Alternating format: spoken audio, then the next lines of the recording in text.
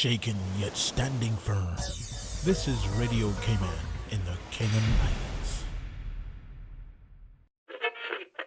Oh, I think they're doing a great job. A lot of them are. Good afternoon, Dwayne. How are you? Not too bad, sir. Ladies and gentlemen, Radio Cayman's Talk Today with Sterling Dwayne Ebanks. But I do have some questions. there are more questions than answers. Radio Cayman's Talk Today. If you're ready to talk, we're willing to listen. Well, I really enjoy this program today. Cayman Islands' foremost listeners participation program. May God bless every person.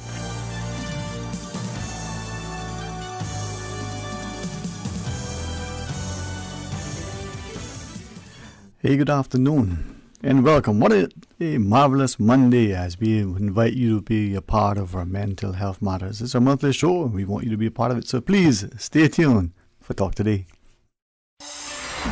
Radio Cayman's Talk Today, the Cayman Islands' foremost listeners participation program.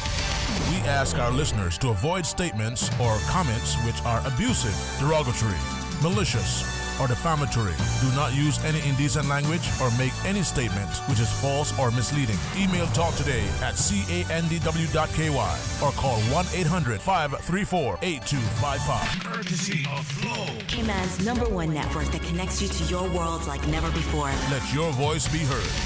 Once again, here's your host, Sterling Dwayne Ebanks.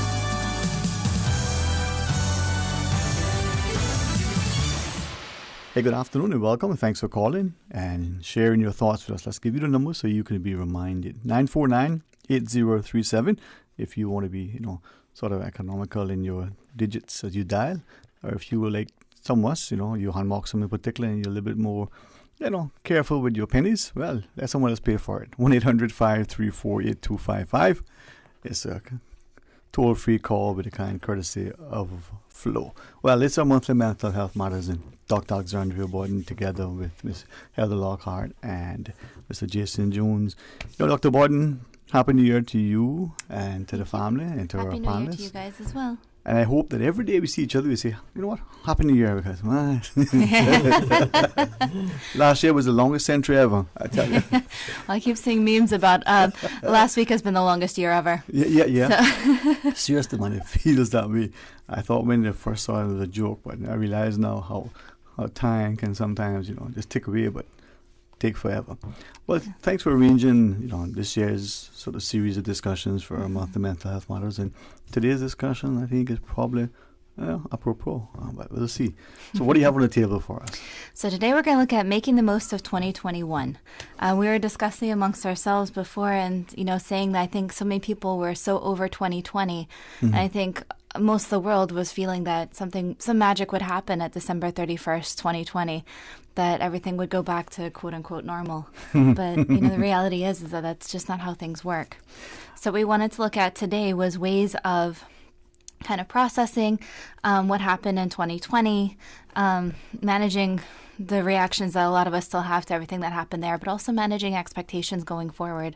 Getting into 2021, no magic happened. At least not that I know. If anyone had magic, please let me know where I could find some. But, managing expectations and keeping up hope for this year. I think especially with everything that's gone down in the past week, a lot of people are probably feeling even more overwhelmed. Then we've got the vaccine that came in as what seemed to be the saving grace, but now there's a lot of questions and other fears that have come in with that.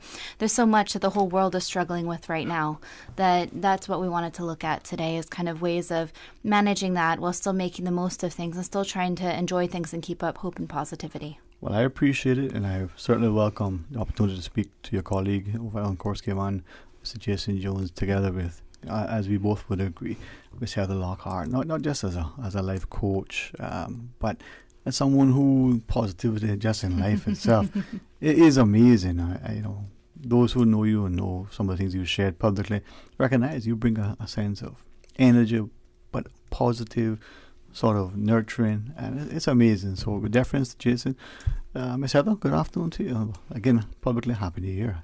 Well, thank you so much for the kind words, Mr. Sterling. That's very, very kind of you. And it's wonderful to be here today. Yeah, man. New year, new chance to achieve things, new chance, new horizons. Exactly.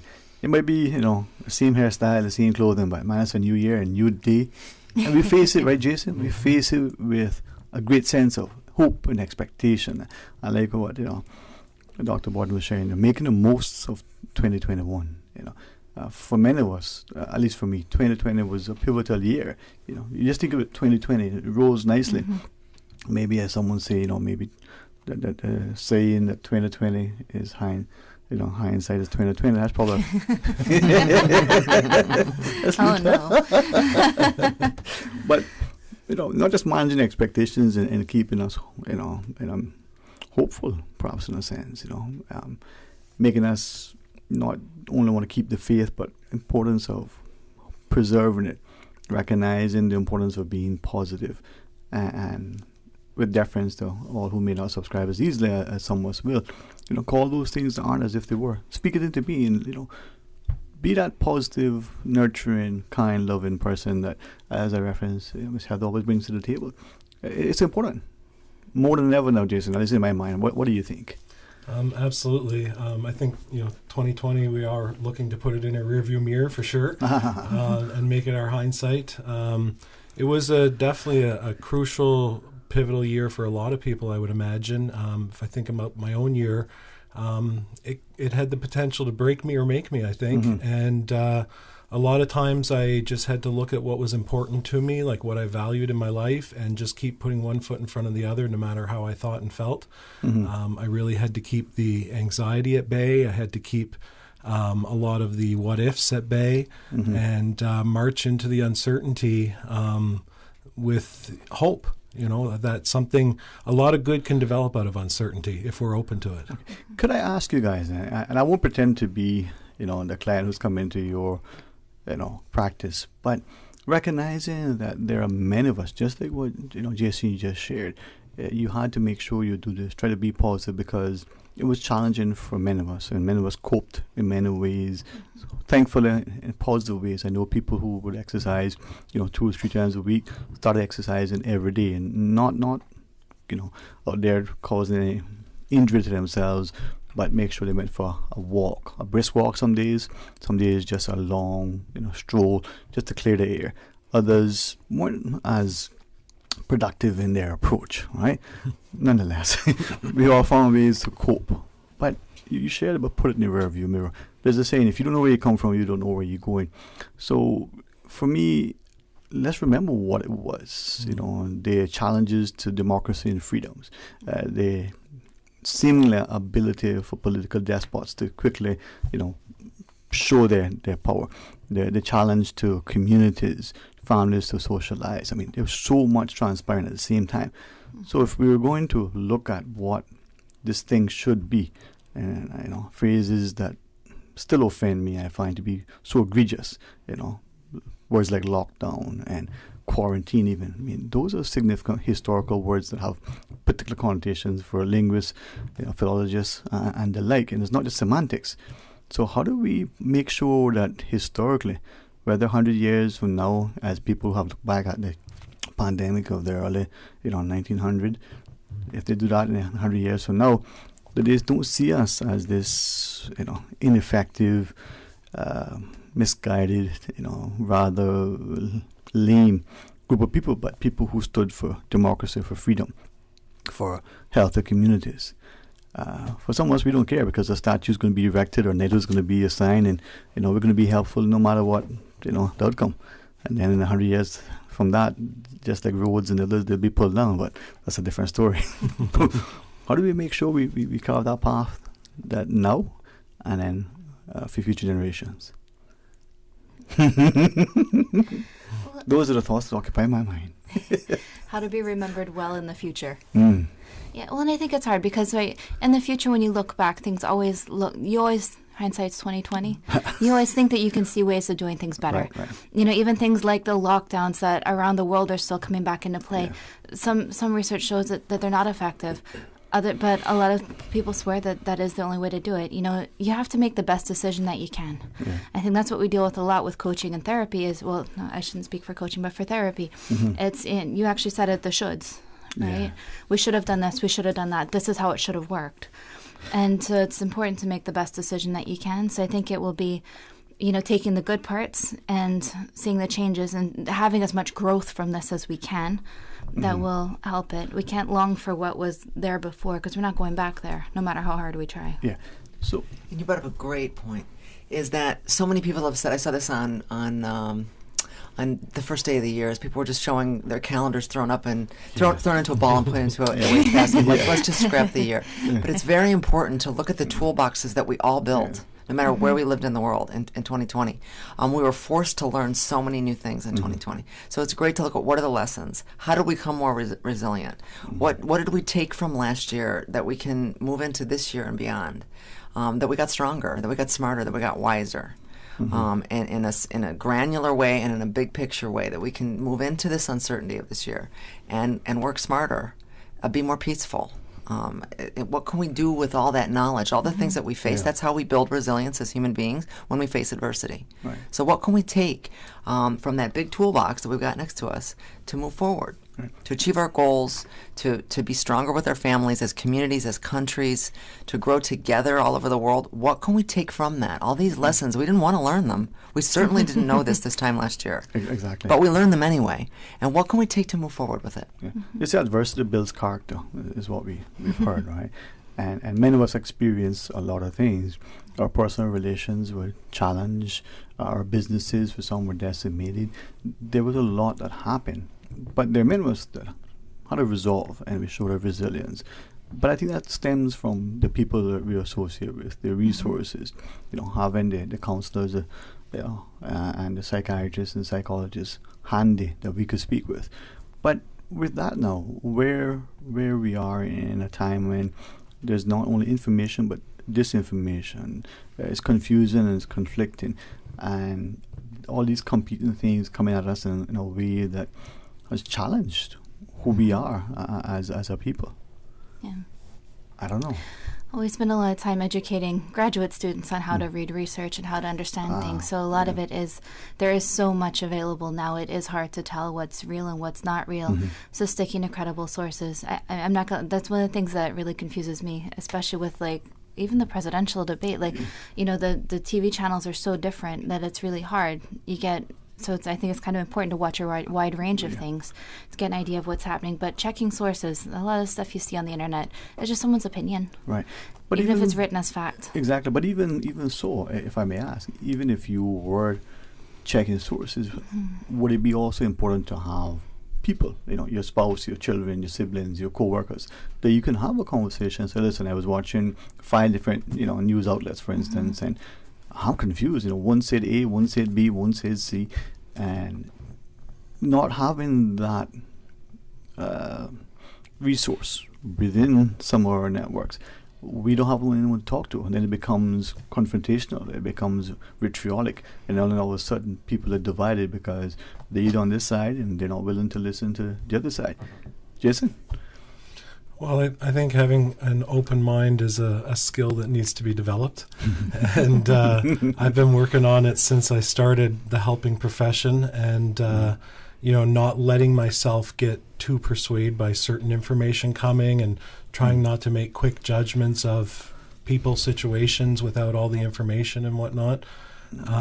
So that's a thing that, and obviously what I see is that if you are swayed to, let's say one side or the other, or one network or the other, that, we are literally brainwashed and into thinking one strong opinion of something, and we're not open to even thinking that there's merit in anything else. So it's it helps to develop a closed mind by doing something like that. So then, Dr. Warden? Well, I stick to only sources that reiterate information that we are already familiar with. We developed something called the confirmation bias. I think we were talking about the cognitive errors last time that we were on. So if all you're watching is sources that will reiterate things that you're already familiar with, it seems like everyone thinks that way. And it can then make you stronger in that opinion without being aware of some of the other things that are going on. You sort of end up in an echo chamber without realizing it sometimes, huh? Exactly. Well, maybe when we come back from our first break, let's talk about it. Because I think this year, as people deal with their health, their financial health, their mental health, their physical health, their spiritual, in their health generally, that they're going to have to draw on what happened last year. And it's probably going to be challenging. They don't want to remember that, with great respect to those who may have. They want to drunken and binge for, whatever time. Or they may have stopped eating, or they may have had certain iterations in their mind, ideations, and they may have done this and wish they had done that. But how do we make it healthy so that, there's hope, there's expectation, there's an opportunity to do something better. And that may be political, it may be economic, it may be spiritual, it may be community-based, it may be, let me just start studying something so that I can be so on, right? All right. Those are the things that we talk about. We'll order up some chocolate. We might get here by the next year. We'll see. Stay tuned for Talk Today. The Cayman Islands Chamber of Commerce Pension Plan. We're here for you. We are a not-for-profit, member-centric plan with a democratically elected volunteer board of trustees representing all sectors of the Cayman Islands economy. We have an all-in expense ratio of less than 1%, over 20,000 members, and $490 million in assets under management. We were the first multi-employer pension plan approved by the regulator in the late 1990s, and today we are still strong, secure, and are here for our employees and employers alike. If you would like to join or require further information, visit chamberpension.ky. And for information as it happens, follow us on Facebook, LinkedIn, or Instagram. Email admin@pensions.ky or call 745-7630. The Cayman Islands Chamber of Commerce Pension Plan. We're here for you. For information that matters to you, the people. Hear from the government, the opposition, independents, and other experts on issues and solutions that affect you. For the record. Every Monday, Wednesday, and Friday, tune into 89.9 and 93.9 FM from 7:30 to 9 a.m. for Cayman's new Straight Talk morning show. For the record. I invite you to join me for the record. You are invited to be a part of this interesting and informative show. Embrace the opportunity to dialogue with your legislators, policymakers, and those charged with policy implementation. For the record. Brought to you by Coca-Cola. Available across the Cayman Islands from Tortuga Distributors. Accept no substitutes. Taste the feeling with Coca-Cola. Now you can listen to Radio Cayman everywhere. Everywhere. Can you hear me now? Everywhere. Everywhere. Yes, right from your Android or iPhone. Download the Radio Cayman app now on your Android or iOS phone. The Radio Cayman app is where you can listen to Radio Cayman everywhere you go. Everywhere we go, we go. Everywhere we go, we go. Find it in the Google Store, the Apple Store, or use the link at www.radiocayman.gov.ky. Yes, now you can listen to Radio Cayman everywhere. Talk today. But I do have some questions. Talk today. Cayman Islands' foremost listeners participation program. Talk today. Because there are more questions than answers. What the public is saying. Waiting to take your calls right now. Sterling Dwayne Ebanks.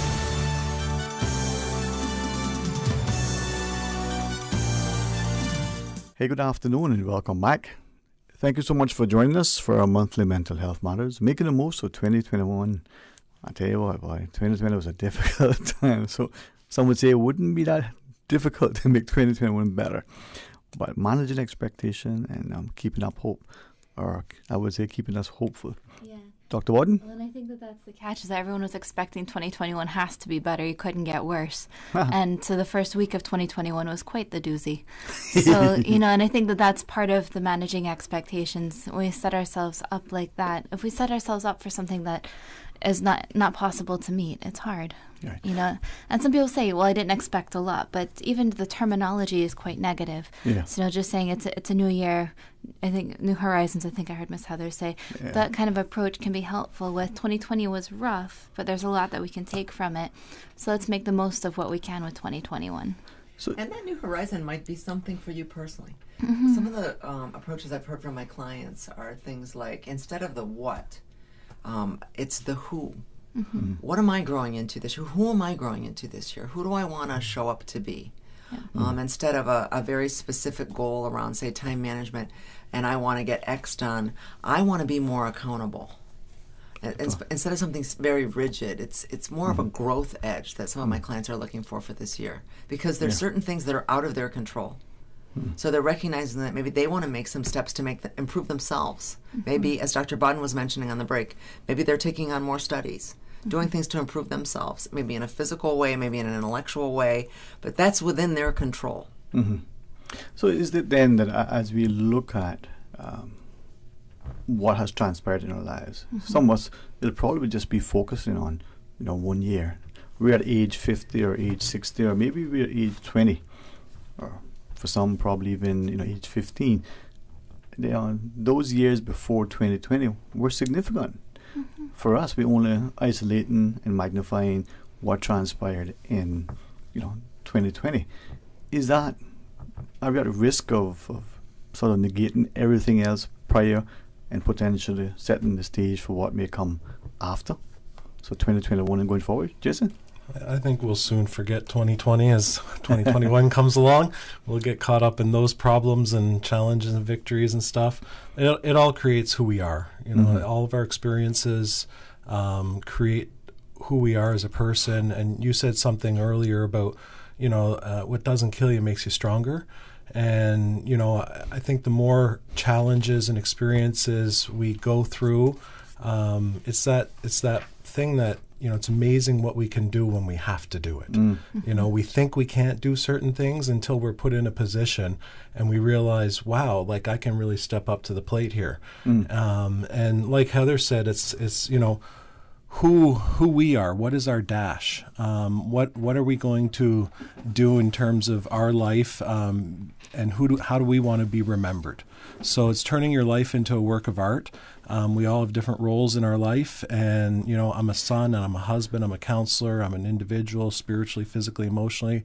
Where do I want to take my baby steps in each of those areas to nourish and nurture those areas, and so that I can create literally what my legacy is going to be that I'm remembered by. Okay, so what about the instance where, as you shared that, someone would say, 2020 was this, and all this could have happened, and I never got a chance to do.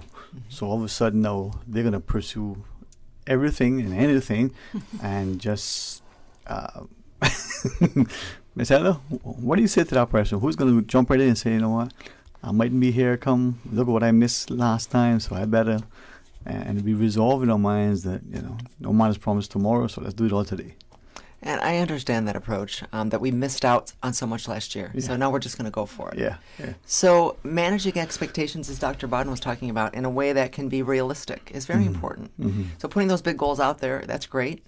But are they realistic? So going back to SMART goals and looking at, can we measure them? Are they achievable? Because if we set ourselves up for things that are too high and we fail, that can set us back. So staying flexible and making sure that we're looking at goals that we can keep track of and that we can achieve. And we might have to stay very flexible on that in the face of uncertainty. Okay. We'd like to look at goals as fluid, and are we checking in on them often? Has anything changed about our environment that we may have to adjust them a little bit? In the coaching space, we're meeting a couple times a month, and we're always looking at these goals and making sure they're not too rigid. It's not that we're squeaking out of them or stepping back on them, but is there anything happening that we may have to adjust them a little bit? So then two things then immediately go back to Dr. Bodden's point that, in grad school, you're taught how to look at research, and then I want to come back to the notion of goals and objectives, understanding, what they are. But sometimes you'd see a publication in the research. For me, the first thing to do would be to look down at that fine print and see who sponsored this research. The corn industry, just say that corn is the best thing in the world. Well, what do you expect them to say? So that level of objectivity, professionalism, partial. Is it then that we're failing to educate, inform, advise people that when you're looking at things, understand like goals and objectives? Are we understanding what is a goal and objective? Is it measurable? Is it timely? Is it reasonable? Is it attainable? I want to walk on water. Well, growing my hair and a beard isn't going to be enough, Sorry. I may not be the best one today. Dr. Bodden? Yeah, and I think it's important going forward to set yourself up for success. A lot of people come in with resolutions. I think you call them revolutions. Yeah, and these good ideas, and that's good. And it's good to have the smart goals or smarter goals. I think is where they're at now. But like Mr. Jason said, the baby steps in each direction. So I think it's good to want to do those things, but setting yourself up to be able to achieve them, and staying flexible is important. We learned last year that things can happen that we never dreamed would happen, but also seeing how that we were able to deal with that. Uncertainty is the biggest thing that scares humans. We like to know what's going to happen, but I think that last year taught us just how much we're able to deal with, how we can deal with change, you know, and the importance of being able to be adaptive and adaptable to our environment. With that, then, many of us, as part of maybe our psyche or just our training, we'll analyze, we take the past and present, we do projections, whether it's in forecasting for budget and financial services, whether it's otherwise. So we'll take 2020 and we'll write down, you know, all that transpired. And sadly, we'll probably focus on all the bad. And we'll do it, you know, in January there was, you know, fires in Australia, there was earthquakes in Cayman, and there was, even if we were limited to our space, and as we went through the months, and then 2020 we'll do the comparison. Are we best advised not to do that, or should we, okay, this is what literally, you know, transpired, we write it down, this is what happened in 2021, January, February, March, April, and we go through to December, and then 2021, just like we cover our daily minders and our calendars, let's see what's going to happen and wait for it to happen, or do we make it happen in terms of, you know, not ignoring, but not delving and dwelling too much on the past? I think that you have to have a balance with that. My opinion, what you just said, is that it's okay to look at everything. Be sure that you're looking at both sides of things. I think in the last show, someone had mentioned having a box this year, and everything good that happens, put it in the box so you can pull it out and read it when you start thinking too negatively. When your vision is, you know, biasing towards the negative, which I think humans tend to do. But I think that what we're all trying to say is that it's okay to strive for things and to want to grow and want to achieve things and want to better ourselves, but not to be so rigid in its fail or succeed, and not to be so hard on ourselves if we don't hit that mark. And, you know, there's a level of acceptance, adaptability, and, you know, lowering our expectations if something comes up. I've learned that expectations and serenity are inversely proportional. You know, so the less I expect, the more serene I can be. The more I expect, the more disturbed I'm likely to be. Okay, I chuckle to myself. And it's also important to remember that our goals and our expectations are also shared with others. So, yeah, we're not going through life really in our own little vehicle. You know, you may have employer or a manager involved. You might be working with your children who may have just found out that they can't go back to the UK for their education. So it's important. Communication is really at the core of this as well. Yeah. So to talk to your team if you're a manager, to discuss this with your spouse if you're trying to buy a home this year, maybe someone's lost their job in tourism. So this is important to really, really communicate. Extra attention needs to be paid to communication at this time, to talk about your shared goals or your goals that are with others, and to really over-communicate right now. Be very, very clear about any obstacles, about any new goals, anything that might be standing in the way or anything that didn't happen last year, to really talk to others about any shared goals. That's really key. So communication, I mean, more than ever, communication is important. And if I can just add in with looking back, I think it's important to remember that even though Cayman is in a very special position right now, with us being able to even just sit in the same room together, that there's a lot still going on in the world around us. And a lot of people that I know in Cayman have family members overseas that are dealing with a lot right now. And if you're not in a position to be able to look back on 2020 right now, maybe this crisis is still ongoing. That's okay. When you look back, you want to be in a position to be able to to process it, to be able to move past it. So if you're not ready to do that yet, there's a lot of loss in 2020 as well. And it's okay to acknowledge that. And some of that pain will still be there. But that's okay too. And if it feels overwhelming, obviously there's support out there as well. I wrote down the word internalize. A lot of us keep things for ourselves, you know, and we find what we can do with ourselves, and we find a way that we think might be healthy. And maybe, you know, we are runners, and instead of running 5 miles, we're going to run 10. I mean, must be twice as good, right? And we exercise, 4 days a week, but we're going to exercise 8 days a week. Must be. So in doing that, are we at risk of maybe making it worse for ourselves? Internalizing, not sharing it, not communicating, not seeing the psychologists and the therapists and Yeah, I think Mr. Jason said it good with the balance, right? You can't over-exercise. I've been there. You get really tired and don't feel very well.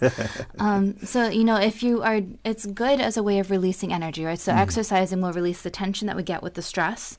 It's a way of building endorphins and the feel-good chemicals in the body as well. But if you're doing it to avoid things or pushing yourself past exhaustion, you're doing it to the point where you're causing negative consequences, and that might be a sign that you're running from something and there's something else going on and you need some other kind of support.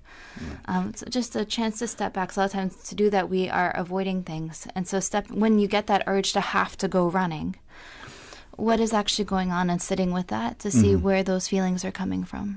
If I could ask, because I think globally we're seeing a lot happening, whether you're in the financial services sector and you're worrying about it, whether you're working and you have this nest egg and you're looking at the financial markets, whether you're politically involved, whatever the thing is, things are happening everywhere in Cayman, in the region, and globally. Is it then that we are at risk of just throwing up our arms, and we're normally rational, intelligent, sort of independent thinkers, but we leave it to them because it's just too much. We become overwhelmed and we let other people think.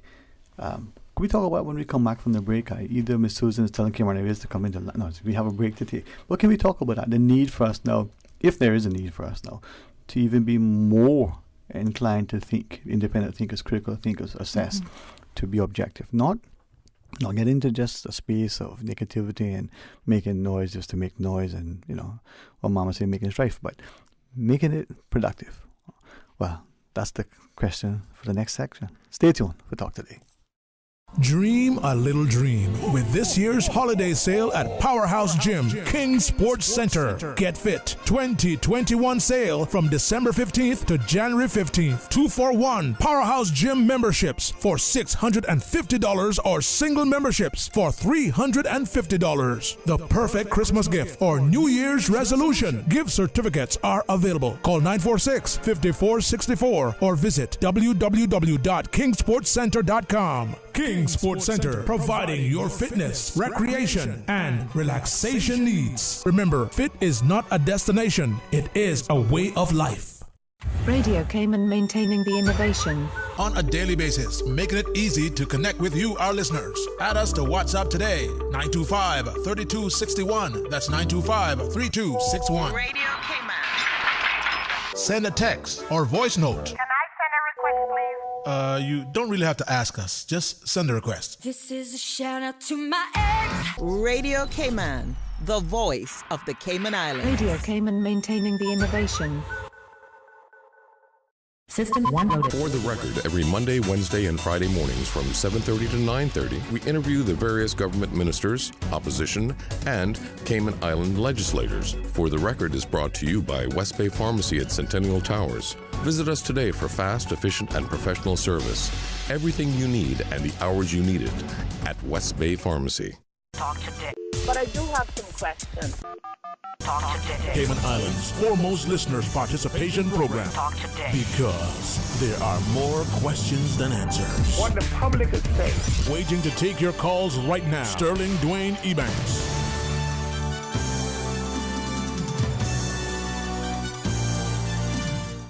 Hey, good afternoon and welcome back, and thank you too for joining us.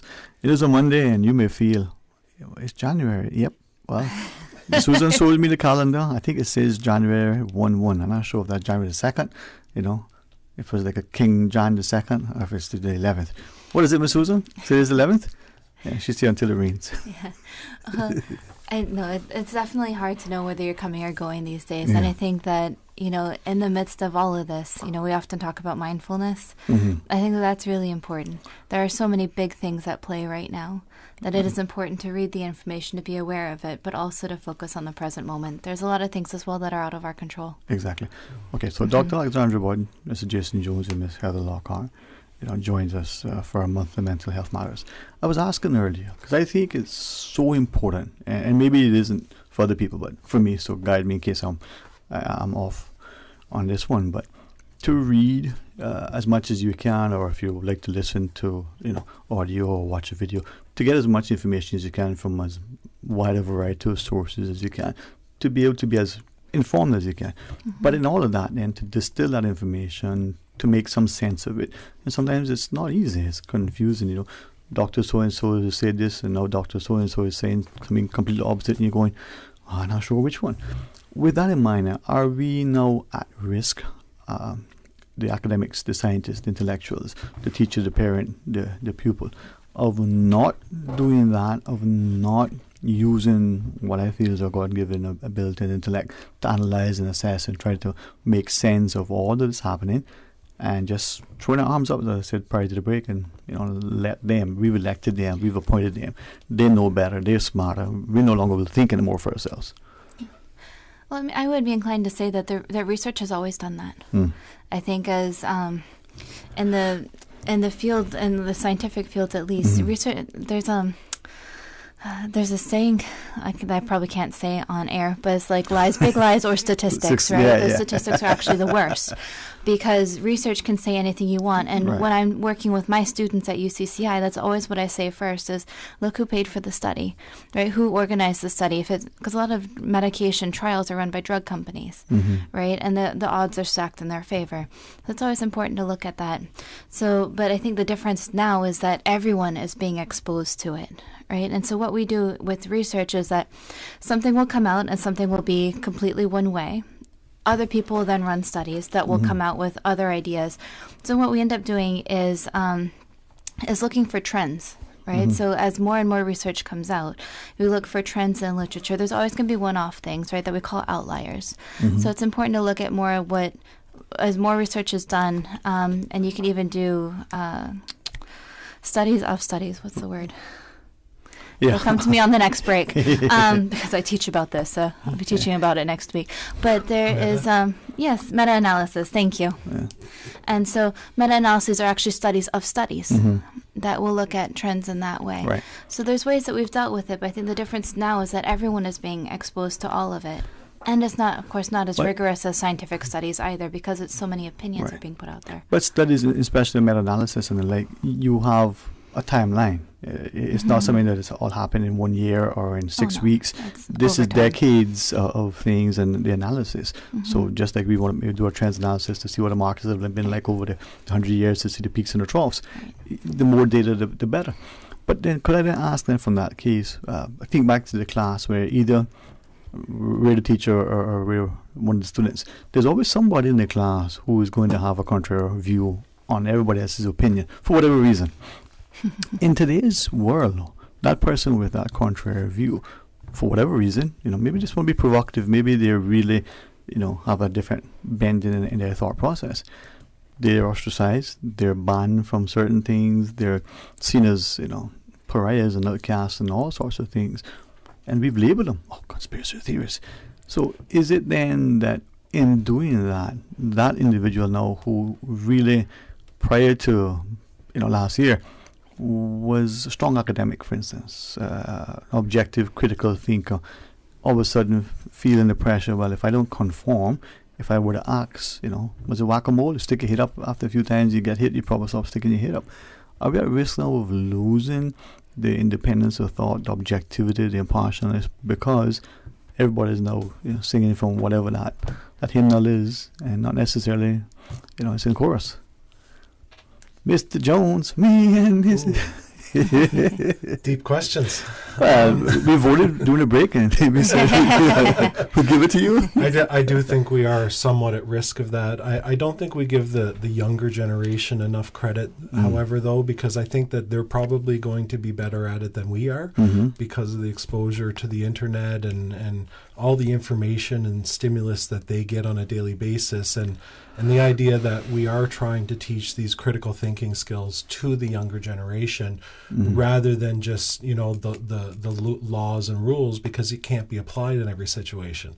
So if I let my youngster go on the internet, I can't necessarily supervise every second that he's on it, but I can develop a relationship and critical thinking skills that he can come to me if he thinks there's a problem or if he thinks something comes up. But I do think we're at risk of having a global globalization happening and the Great Reset and all this, Big Brother and everything. And maybe this is just a trial run for it all, to see if we all take the vaccine and next will come the chip and the all that stuff that, we need it to buy things. Yeah. Who knows? Who knows, right?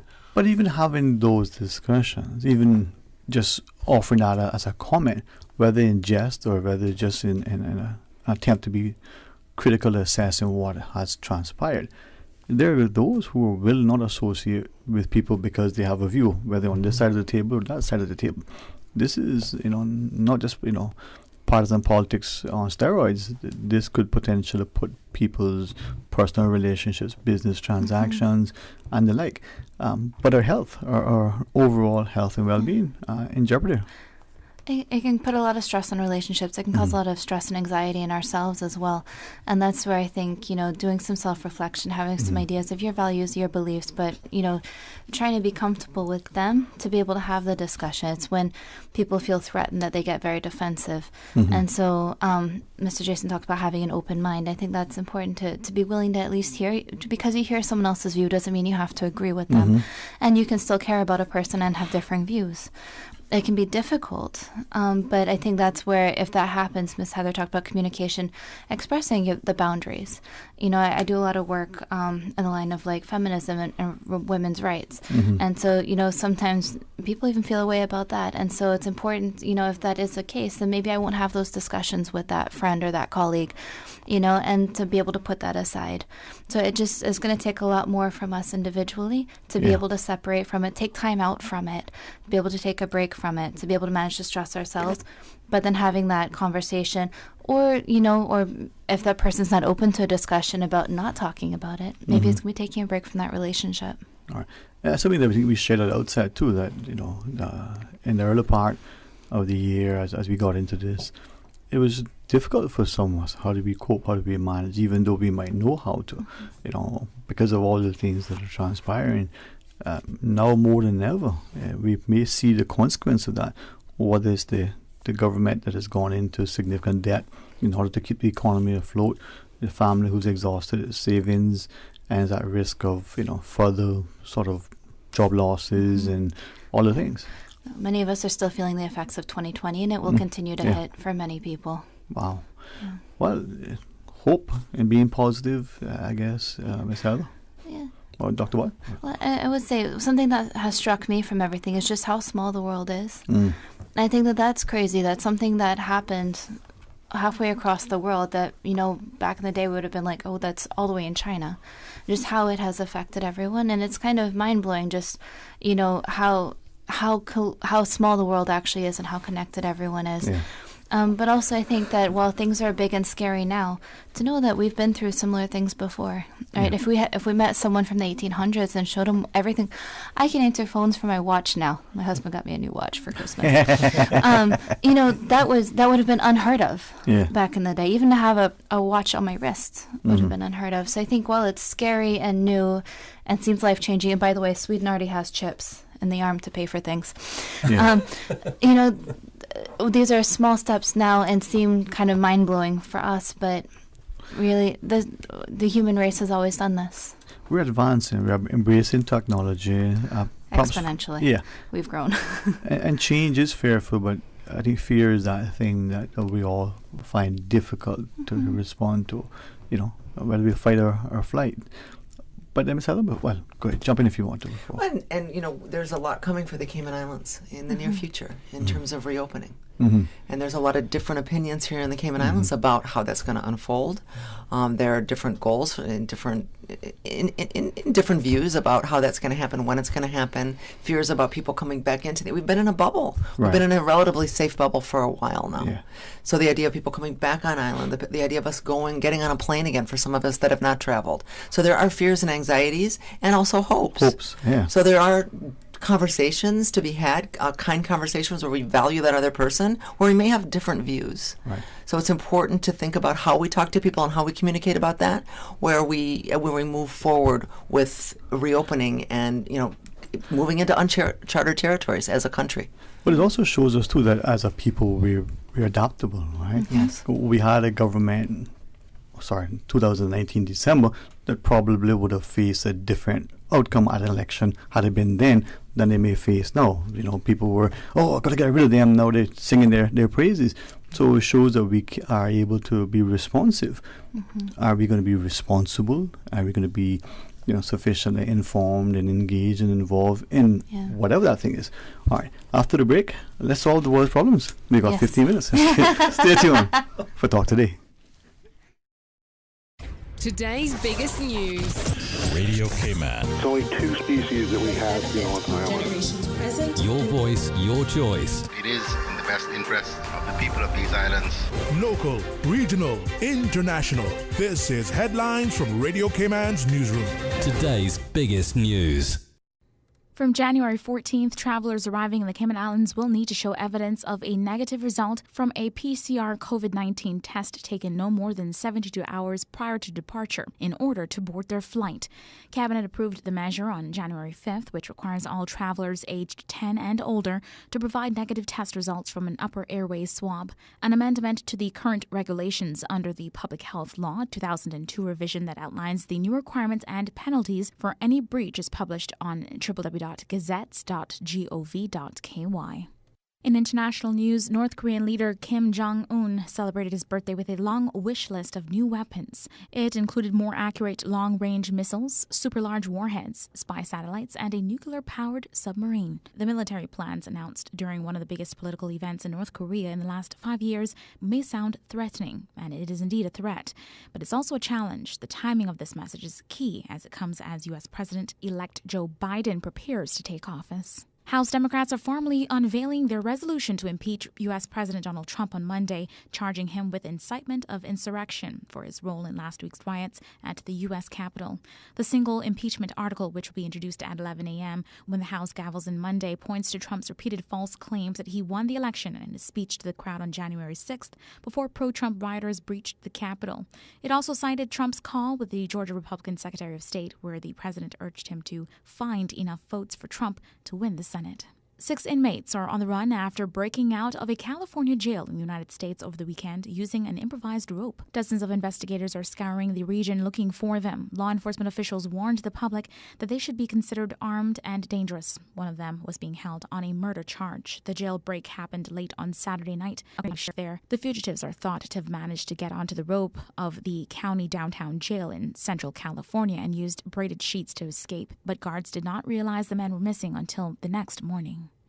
Those are your latest headlines here on Radio Cayman. I'm Shanda Gallego. For the latest in news and information, follow Radio Cayman on social media, Facebook, Instagram, Twitter. Download the Radio Cayman app or log on to our website, radiocayman.gov.ky. Your voice, your choice, your radio. Talk today.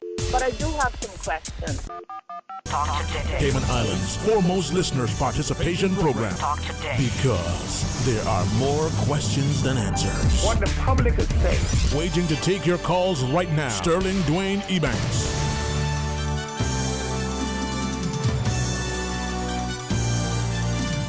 Hey, good afternoon and welcome, Mike, and thank you for joining us. And I must say thanks to Dr. Borden and the wonderful panel she always assembles, because I've, be permitted to say this, I've had incredible feedback from people who find this show to be instructive. They found it to be encouraging, nurturing. It's given them a sufficient avenue to realize that it's absolutely important to speak to a qualified person about things. For me, it's been absolutely beneficial. I've learned language and terminology. I've learned things. I've been able to improve who I am, as a listener, as a person. So these sort of discussions are very, very, very beneficial. So thank you. And thank you very much to yourself and Radio Cayman for having us on. I will say, if listeners have anything that they'd like us to talk about, please, get in touch with either yourself or Radio Cayman, or they can email me, alexandra.bodden@gmail.com or drbodden.com. You can send me a message. Or on Facebook or Instagram, Dr. Alexandra Bodden on both. Mm-hmm. Then we'd love to hear from them and make sure that we're covering what they want to hear as well. Thank you for that, because I think that's where,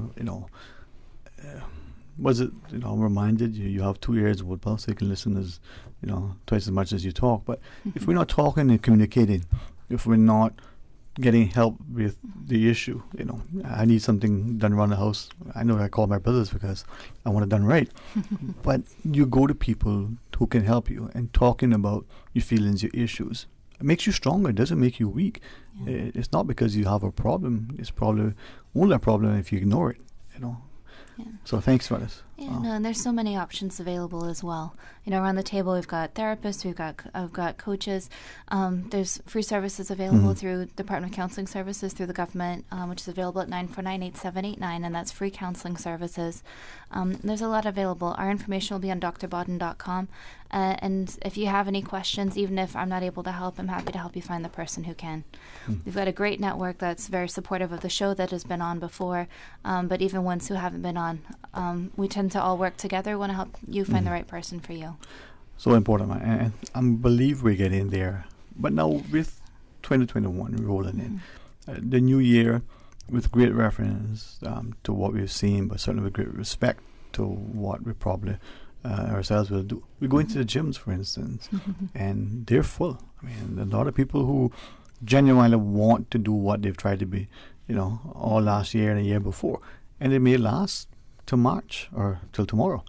Now, how do we get to a point where not just resolutions, but because of what has transpired in our lives to date, the good, the bad, the indifferent, and realizing that, this year we need to embrace it, we need to make the most of it, that we don't bite off more than we can chew, but then we don't become despondent with what has transpired, and then we just lose all hope. How do we keep it up and keep pressing on and moving forward, and, as I say, keeping the faith? What do we do? How do we do that? One suggestion I would have is to set small, medium, and large goals. Okay. And also micro goals. We talk about the New Year's resolutions. Every day is a chance to set goals. When you think of something, when you think to yourself, I really want to improve this, keep a journal with you. If you're a person that keeps things in your phone, throw it in a note on your phone and take action on it. Make a plan. Okay. But it can be very micro. It could be something that you work on today. By the end of the day, you're improving it.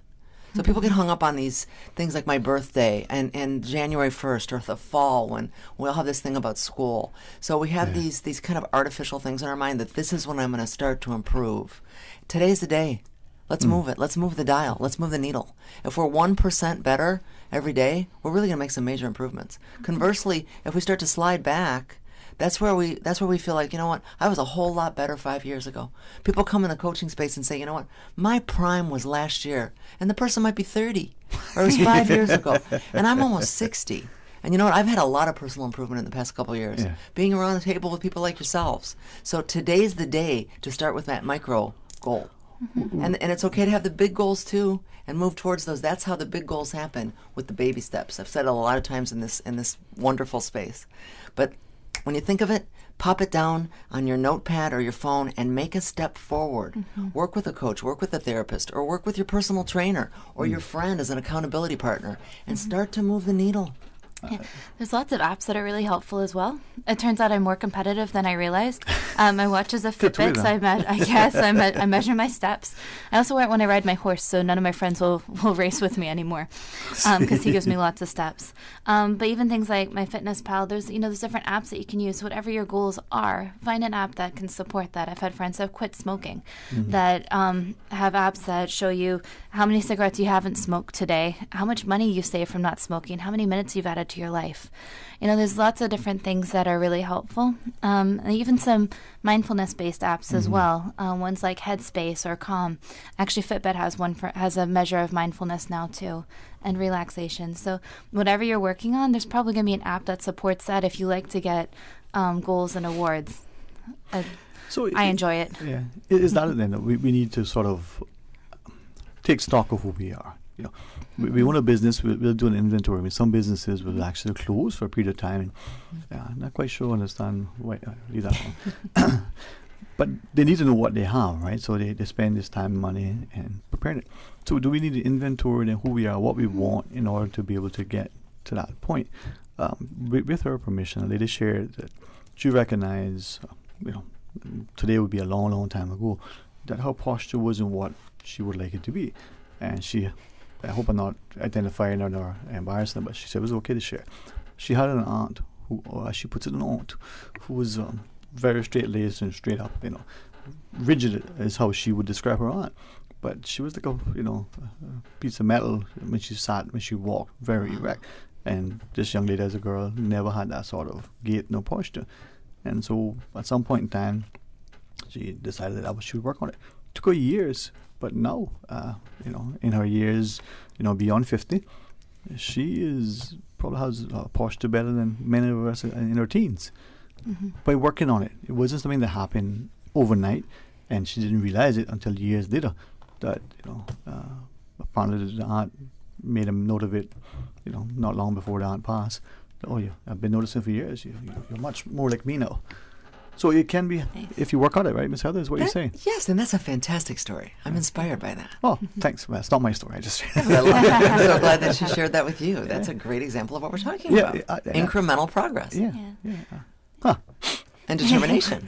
And discipline. Yeah. Discipline. Yeah. And I think figuring out how you can work it into your schedule as well. So it's something that is going to fit. So she probably found ways of each day reminding herself to sit up straight. There's exercises you can do to work on posture. So it's going to be, figuring out ways to make it sustainable for you. Yeah. And I think just like the app that we may have, some of us need to have a physical gadget. So she put a little thing in the back of her chair, and it would, if she doesn't feel it, she knows that. So conditioning, training, determination, discipline. Mm-hmm. Just another thing, right? Mm-hmm. See that, Miss Susan? I can get handsome after all. She falls off the chair. It doesn't have to be perfect. No. Right? Oh, thank you. Gee, sorry. We're friends, man. I mean, we have all these things, and all those things are helpful. Yeah. But it's the little bits each day that, and some days it's going to work, and some days we are just going to sit on the couch and, and slouch. What I'm hearing then, back to the goals, measurable, objective, specific, so that you and attainable, so you can get there. You have a timeline on which to do it. What's the E and R for? The SMARTer? I never remember. One of them is reassess. So reassess. Right? Evaluate and reassess. Right. Mm-hmm.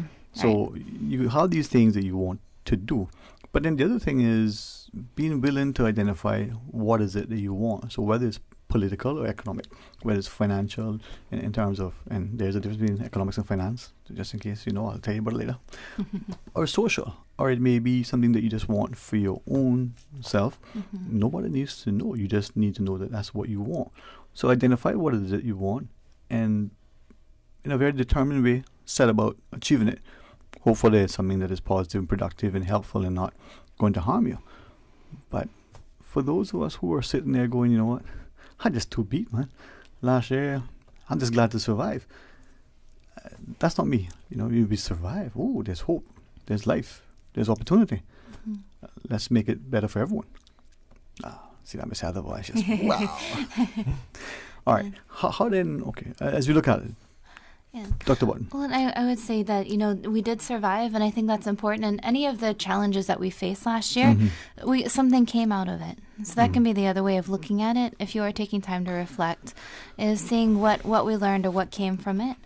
And so that can be helpful moving forward, is to kind of look back and process those things and see what we can take from it to move forward. What tool did we get to put in our toolbox, as Ms. Heather had said? Can I ask, and be guided? It may not be the opportune time, but it was weighing heavily on me, and we looked at last year. We recognized a lot of things occurred. We may have indulged more than normal in alcohol or some other drug. We may have had to suffer through abusive relationships for whatever reason. So here is 2021. Let's say we're on a work permit, for instance, or we're a spouse who doesn't work, whether they're on permit or not, but is now dependent in so many ways on the other spouse, and the relationship isn't necessarily healthy. That person is in that space going, there's no way out. There's no way out. I mean, they're subject to this. If only I can get a better job, if I can only get rid of him or her or whatever it is. How does that play into, managing these expectations, giving us hope, and looking at how all that happens? A lot of times it's what we call like a victim mindset, and it's hard when I feel like the world is happening to us, and there has been a lot that has happened to us in the last year. So I think with that, and I mean, you hit on the relationships, which of course is one of my areas, that, sometimes there are other factors that other people don't see. in that, and it is very difficult to leave an abusive relationship. If it is just a toxic relationship or a relationship that's not working, it might be talking to someone outside of the space and coming up with a plan of how to either work on addressing things with your partner, having that conversation. Maybe they don't know that there's difficulties in the relationship. You've had some changes, or they've grown or changed, and so things just aren't working like they used to. They're often difficult conversations, but some that can be helpful to have. But it's going to be, maybe thinking outside the box. One of the things we learned from last year is that we can deal with things that we can do things in different ways than we've done them before. And being able to think outside the box and see new ways of dealing with things can be helpful. And that's why I think talking to, like a therapist can be good for having an outside perspective, because a lot of times people come in and feel just stuck in a relationship. It's okay to end a relationship, and a lot of people aren't okay with that, or it might be figuring out how we can deal with it. Right. So, and therapists are not always going to fix your relationship either. We might be helping you decide if this is the right relationship for you or not. So it's going to be, giving yourself the freedom to be able to decide to stay or to leave. And I tell people, even if the relationship has had difficulties, you may choose to stay. As a therapist, I'm not going to judge you for that. But if it's a dangerous one, there might be some other conversations before I agree with that.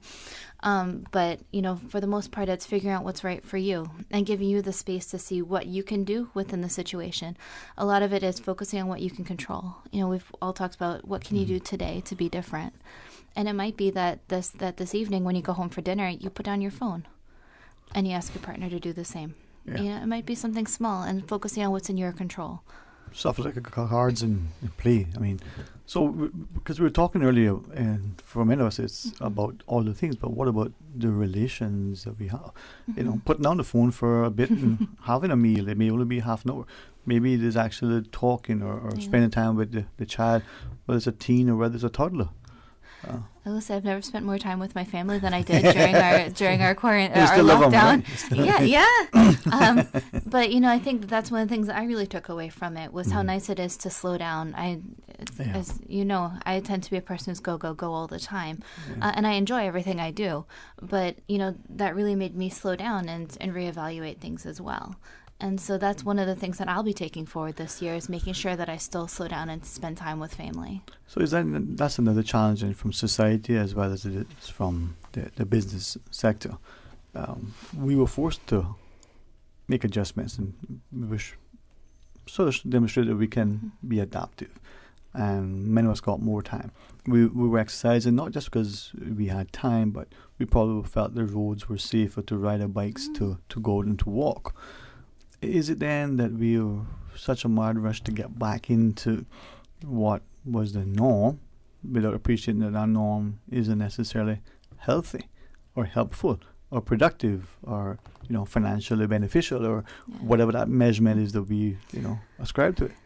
I think a lot of people have reevaluated their life during this process as well. A lot of companies have reevaluated how they do things as well. So, I've actually heard the opposite. I've heard a lot of stories where people have realized they don't have to be in the office every day and they can do more things at home. And, they're starting to look at that stuff and realize that maybe some of their relationships as a parent, as a spouse, are very important, that they want to spend time nurturing and putting time and investment into. So I think it goes kind of both ways depending on our experiences. Some of us were in a rush to get away from our family and get back to work, and some of us didn't want to. We actually enjoyed it, and it was hard to get back to work again after that period. What? I will say as well, you were talking earlier about linguistics and words, and I think you've touched on something that many people are learning, that mental health experts have learned from a long time ago, is that there's no such thing as normal. Yeah. I mean, there's no normal. It's just going to be making the most of each day, and with whatever comes up, circumstances are going to change. It's focusing on what we can control, our lives, our attitudes, that can make a difference. And I think that's what I like about these discussions. But the circle sometimes I'm in, there are people who may challenge the thought process, not just to provoke something, but to promote, healthy discussion. Some things that would champion something, because sometimes it's been ignored sufficiently.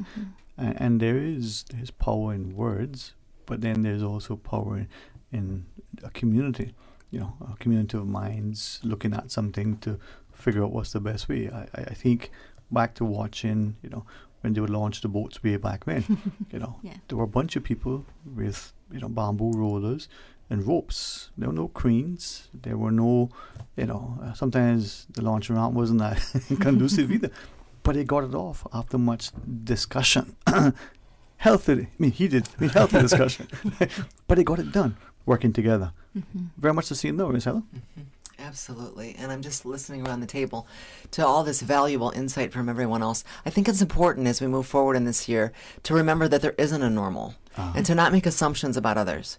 At BHAC, at Behavioral Health Associates, where we have psychiatrists, a therapist, and myself, we're having a lot of first-time visits. We're very, very busy, busier than we've ever been. And if we think about 1 in 4 persons are going to have a challenge with mental health over their lifetimes, we're seeing that number really increase for the first time that anyone's ever set foot in our office. So we think about them, those people with mental health challenges. It's us. And we're seeing a tremendous volume this year, still now, with waiting lists and that kind of thing. So, we want to look at the other person and think, well, I'm doing okay with this. The other person might not be. That colleague, the teacher that's teaching your child, you really don't know what people are experiencing. So we want to stay, as Mr. Jason said, we want to stay open-minded about why someone might be cranky in the office, why we're not getting an email back instantly from someone. We want to just stay open-minded about what others are experiencing right now. It is a very challenging time from a mental health standpoint all around the world. It's a very difficult ongoing time. So things will level out, but not, as Dr. Bodden said, not right now. There's no magic wand. There's no quick fix as we turn the calendar into 2021. So we want to really be compassionate to others, kind to ourselves, and compassionate to others, because we can't see beyond the Facebook page, beyond the LinkedIn profile. We really don't know what others are experiencing right now as they move forward into the year. I mean, as you shared that, I was thinking that warm chocolate chip cookie that just off the, out of the oven usually did the trick, but not even that is working these days. So there's no magic wand, okay? Dr. Bowen. Yeah, no, Miss Heather actually brought her magic wand. I wish this worked. It is very cute, though. And it's true. And I think that was really that was the message we really wanted to bring in, is that, yes, 2021 has just started. Yes, 2020 is over. Things are not going to be perfect, but there's still a lot coming. That we're still alive. We're still going at it. It's amazed me, especially how Cayman has come together. I think Cayman has done remarkably well because of the strength of the people, because of the unity of the people, because we've all worked together. And I think that the world actually has acknowledged that as we've looked at the support that we've had, in reinforcing our quarantine laws. And I think that everyone has really acknowledged just how well Cayman has come together to look after each other. And I think it's made it even more important. I think the world these days is so independent and single-minded that really each of us does touch everyone else's life around us. It is true. I mean, another discussion I would probably talk about touching, but I'll leave that for now. But it's important, though, that we look at it from that perspective, that our actions impact and affect others, but it also affects us. So the ease with which we can access the free mental health services, whether it's through the government-sponsored entity or whether it's the privately, provided services. Are we now looking at our 2021 and beyond with a greater sense of hope and expectation as opposed to contributions, or I'm going to take because we missed Mr. Jones? Well, in terms of my own values, I certainly want to contribute more because service and giving is highly valued for myself, and I benefit from that. However, I was thinking about this whole thing about actions. We talked about actions and baby steps and the anxiety and feelings and whether we seek professional help or not and that kind of stuff. And I think that for the most part, we do get to control our actions. Sometimes they're influenced by our thoughts and feelings. Like you said, we all cope in a different way. So, as the liquor stores were an essential service, they were frequented all year long, some people, that was their coping mechanism. They're doing the best they can to make themselves feel okay. And That may work in the short term, but it probably doesn't work in the long term. We don't really necessarily get to control our thoughts and feelings. They come with some training. We learn to change what we focus on and reword those and reframe those thoughts sometimes and shift the thoughts. But I'm a firm believer in taking action no matter how you think and feel. Yeah. And if you identify something that's important to you, if, work and being a counselor, it is important to me, and being known as a hard worker, I'm going to show up every day, no matter how I think and feel. Yeah. And I'm going to do my best to be the best counselor. And then also being a husband is important to me. So I'm going to do the best I can to be there and contribute. Yeah. There's a saying that I've read. It says, trudge the road to happy destiny. And, when I think of trudge, I think of a slow, deliberate walk through mud. And it's not necessarily easy, but you're always kind of just moving forward, and we're not expected to be happy all the time. We're human beings. We have a full range of emotions. But it is possible to kind of just feel and think whatever's not helpful, but take the next right action for yourself anyway. I'm glad you said that, because I always thought, you can be happy, but, you're not always content. So you're happy, but, you're striving to being content. And I again, for me, it's words, not the philologist nor the semantics nor the linguist, but because if you attain a space of being contented, to me, that's the epitome of all happiness, right? I should probably give, Miss Heather honorary doctorate. Dr. Heather? Oh, no. I'm listening. I'm not the doctor in the room. No, that's kidding. No, but Dr. Boyd, seriously. Yeah. No, and I think it's all a matter of how you say things, see things and say things. I think to be happy, a lot of clients come in with that goal, and it seems so elusive. Yeah. Right? So content is another way of looking at it. Satisfied is another way. And actually, content's actually interesting, because with my baby, I've been learning that when he cries, it's not that he's sad, it's that he's not content. Yeah. And that was really interesting to me, that when he cried, I was like, oh, like he's sad and he's hurting, but he's just hungry or needs a change.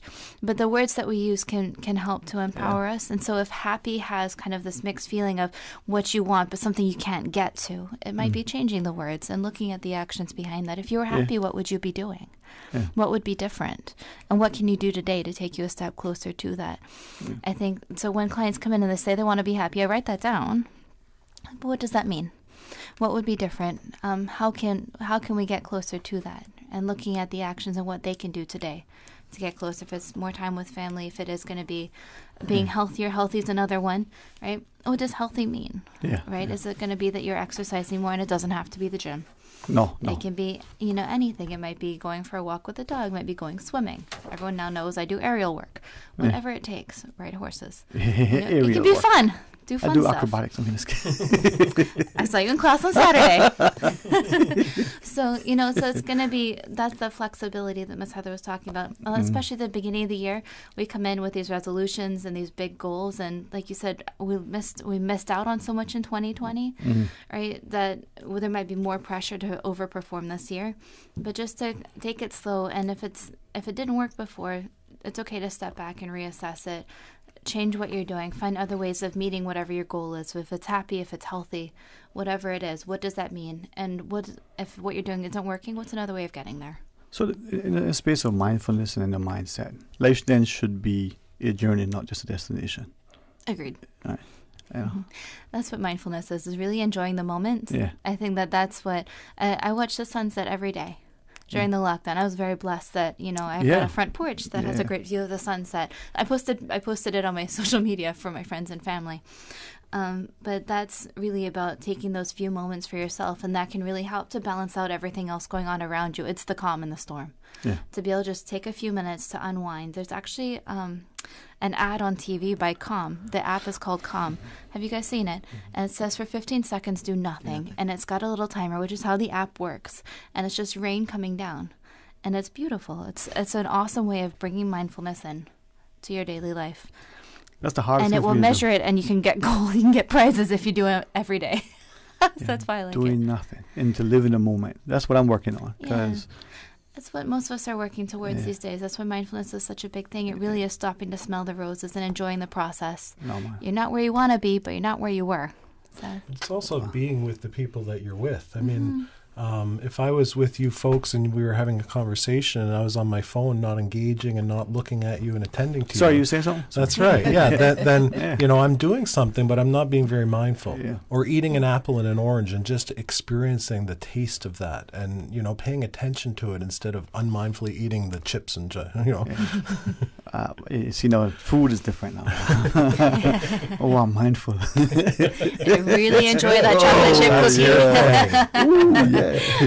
I tell you, the two things that anyway. Let me keep it PG. But that's a small, easy way to be able to bring things in, and I think the apps like Headspace is the one, Calm is another one I like. Easy ways of bringing in simple practices that can really have long-term benefits, right? So practicing it a few seconds or a few minutes each day overall can help to take our stress levels down. So that's, when I work with clients, that's what we do, is we work on relaxation exercises first, or bring in exercise first to help to bring down the tension. Okay.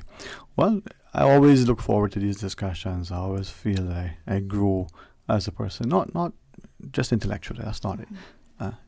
Spiritually, socially, emotionally. And I thank you, Miss Heather, as we close out today's discussion, as we go through the rest of the week and this month.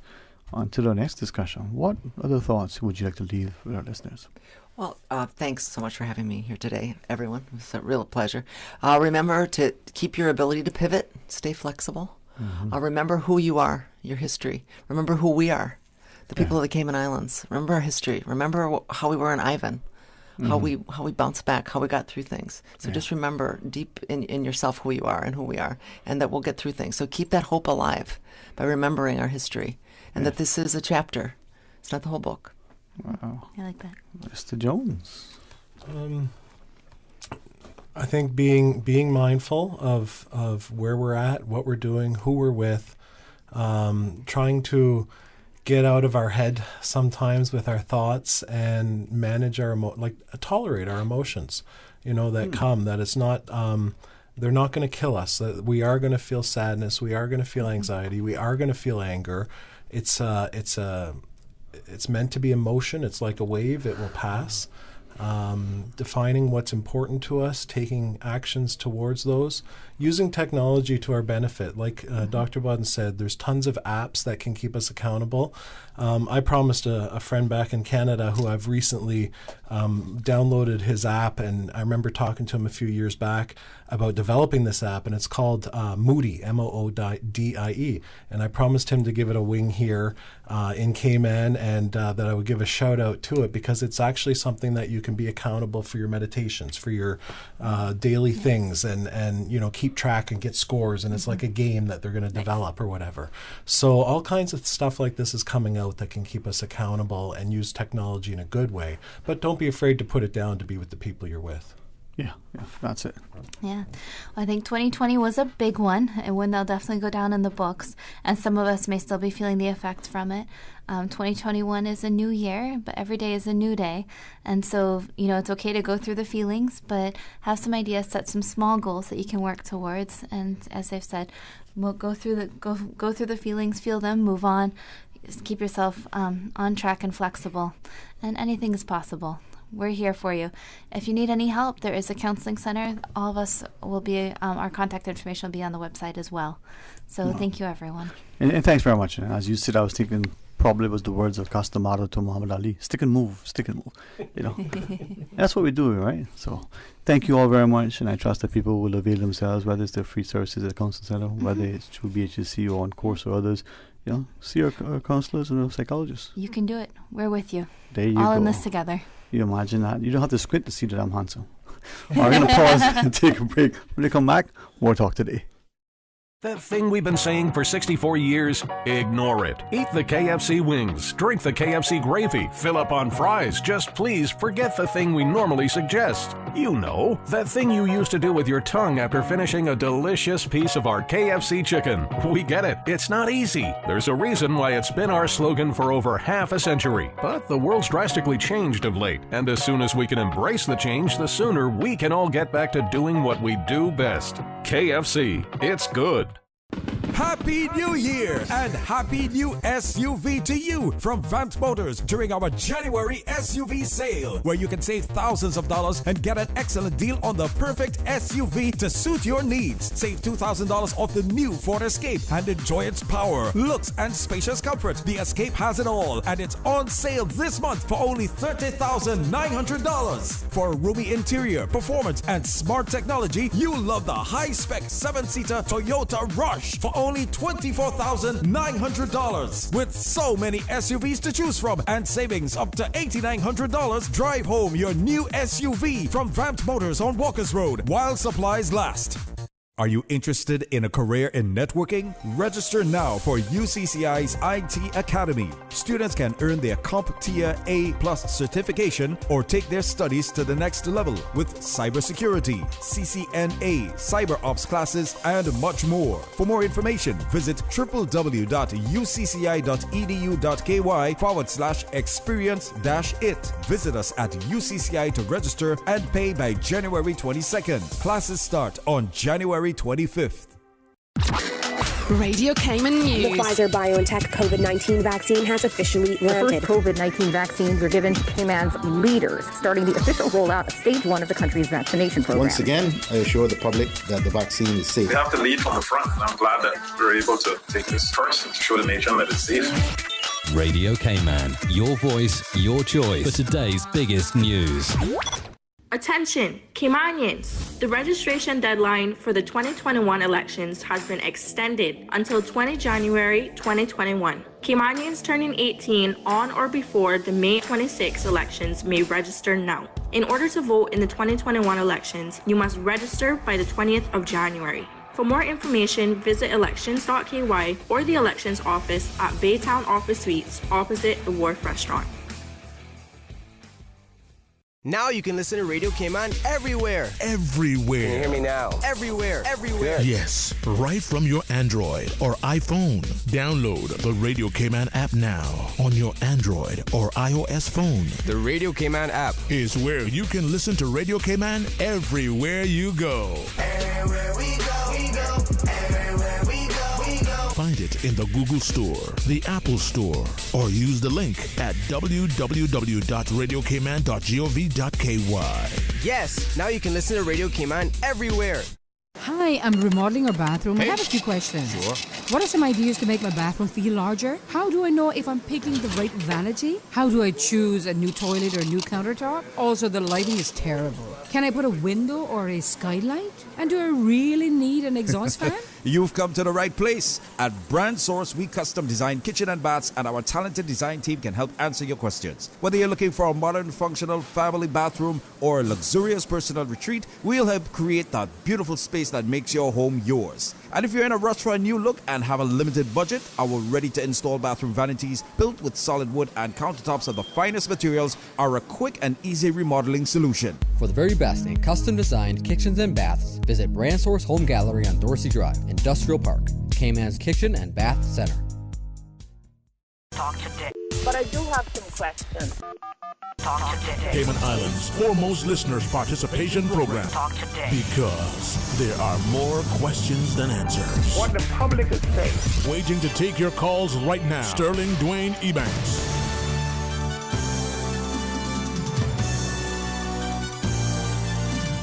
Hey, good afternoon and welcome back. Thanks for joining us, and we invite you to be a part of our next discussion. It's not going to only be short and sweet. It's going to be informative, instructive, and truly positive and encouraging as we talk to good friends from the National Drug Council. I think in deference to the four handsome gentlemen, yes, I include myself in that mix, we have a lady who is just remarkable. Mr. Lisa Hernandez, good afternoon. Thanks for assembling us and keeping us in check.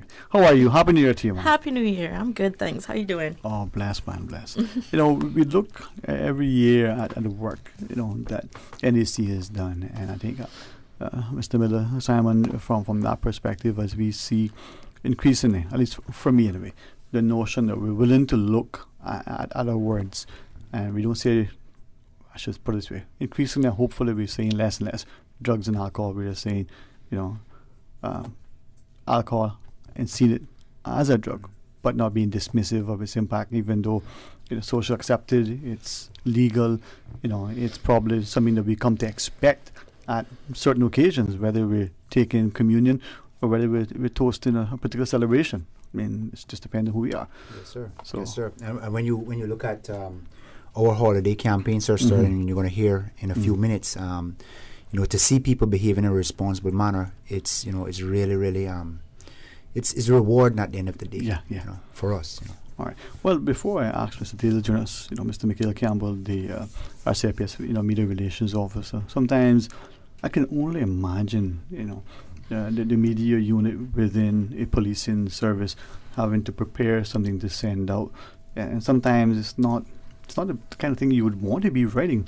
You're relaying something, but hopefully this has been more of a positive thing. Hey, we've done something good. We're able to. So good afternoon to you, sir, and good to see you on this side of the table. I think every time we do these campaigns and we work alongside NDC, it's usually a very positive thing. And so even though we're kind of giving warnings and advice to people, at the end of the day, we do tend to see positive results from it. And we'll speak a little bit about that later as well. But all right. Definitely. So, we can't forget about the BRAC. I mean, even if you try to, they won't let us. But no, we don't want to. Yeah, for sure.